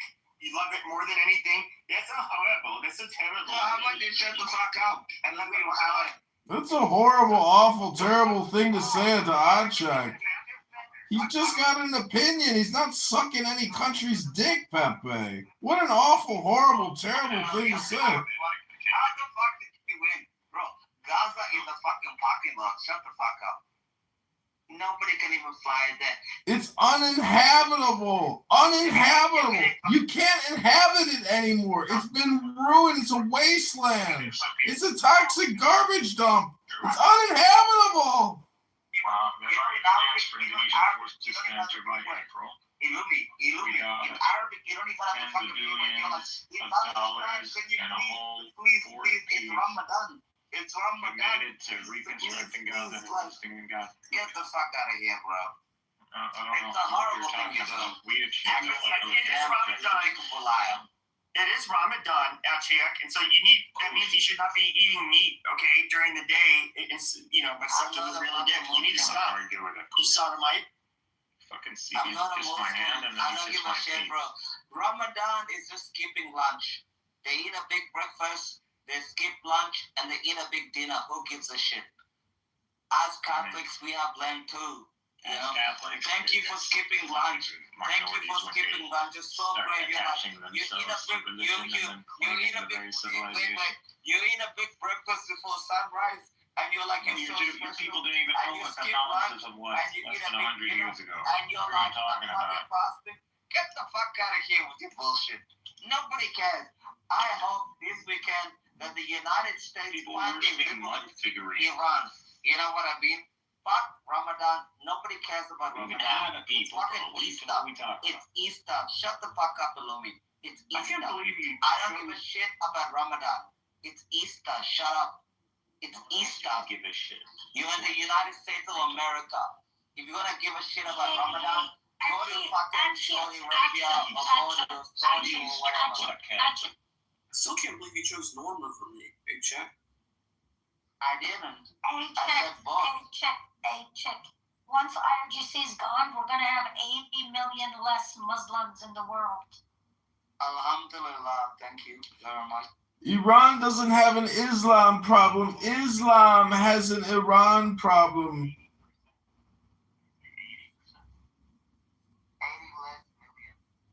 How many innocent civilians will have to die to regime change Iran? 1 million, 10 million, 30 million, 100 million, 300 million. How many innocent civilians will have to die to liberate Iran from the Islamic jihadist terrorists controlling the country? 30 million. It's a heavy price to pay. 40 million civilians. They're only 150 million, and majority of them are converting out of Islam. Converting out of Islam. I mean, the less Muslims and the less Jews there are in this world, the world would be a better place. But that's another topic, guys. You know. Yeah, that's another topic. I don't know about the I just convert to Catholicism, Pepe, and I come to you with the hammer of the church. Pepe, and so, regardless, it's going to be under God, whether it's under Muhammad or Jesus or Moses. Can you turn off the replays? I thought I did turn them off. It says hidden. Hold on a second. They've already expired by now, right? Liberal ways will not continue. Share more replay options. Disable replay. There we go. Is Ray sleeping? Now I can say the N-word. Don't say the N-word. What is wrong with you? He's allowed to say nigger all he wants in my room. Oh my God. Oh yeah. I can't believe you did it again. PP. My room's a free speech. You're allowed to make fun of. Hold on, shut your mouth. We are allowed to talk about blacks and Jews and Muslims, and we're allowed to make fun of them in my room. You're not. Nobody's off limits, right? And no one that's right. You can say what you want about white people. That is fine. But you cannot say, oh my God, why did you say that about my group? Myself, right? Everybody's on. Nobody's off limits. Well, Gerald said he doesn't care. One point. Beaver's not white. We can insult him. Beaver's not white, really? We'll stick to the sheep. You really gotta sit here on Ramadan. Ramadan is just missing one. Fuck Ramadan. What the fuck is Ramadan? Why do you promote Ramadan? I don't give Illumi, shut the fuck up 1 second. I don't give a fuck about Ramadan. You wake up early in the morning and you have the biggest and you have shut the fuck up 1 second. And you're still like you're such a dumb fuck, like nobody cares. You wake up early in the morning, you have the biggest fucking breakfast and you skip lunch and then you have the biggest fucking dinner. Iftar dinner, and you just like, I'm fasting. I don't care about your damn fucking pedophile prophet and everything else like that. I don't care. I am waiting. What the fuck would I fast? If you think I look like I pray to like a pedophile prophet, give me a fucking break. No fucking way. I don't give a shit about Ramadan. You really think I'm gonna be praying for a pedophile prophet? Give me a break, bro. Shut the fuck up with your bullshit. I don't care about Muhammad. I don't care about Allah, Jinnah, and all the Kasumkum bullshit that you talk about. Nobody cares. Kasumkum! You can say everything you want. I am waiting. Kasumkum! And I am praying for Iran to be free. You know? The second Iran is free, I'm booking my tickets for Isfahan. I saw Isfahan on like YouTube, and I'm like, you know what? I need to take my. Wait, shut the fuck up for a second. I'm like, I need to take my missus there for a holiday. It looks beautiful. The food looks amazing. The people are incredible. You know, Iran is like one of those. Shut the fuck up. Iran is one of those hostage countries that we're waiting for. Like Syria is a terrible terrorist country. Awful, horrible, terrible. It's just awful, horrible, and terrible.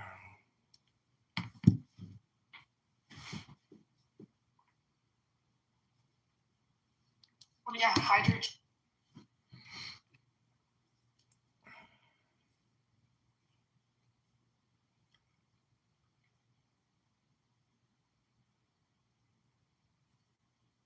Worse. So then there's two sides in there. There's the Making sure never sleeps. Okay, everybody, it's JohnForCongress.com. Hope you enjoyed this another amazing bonus podcast episode. Go to JohnForCongress.com.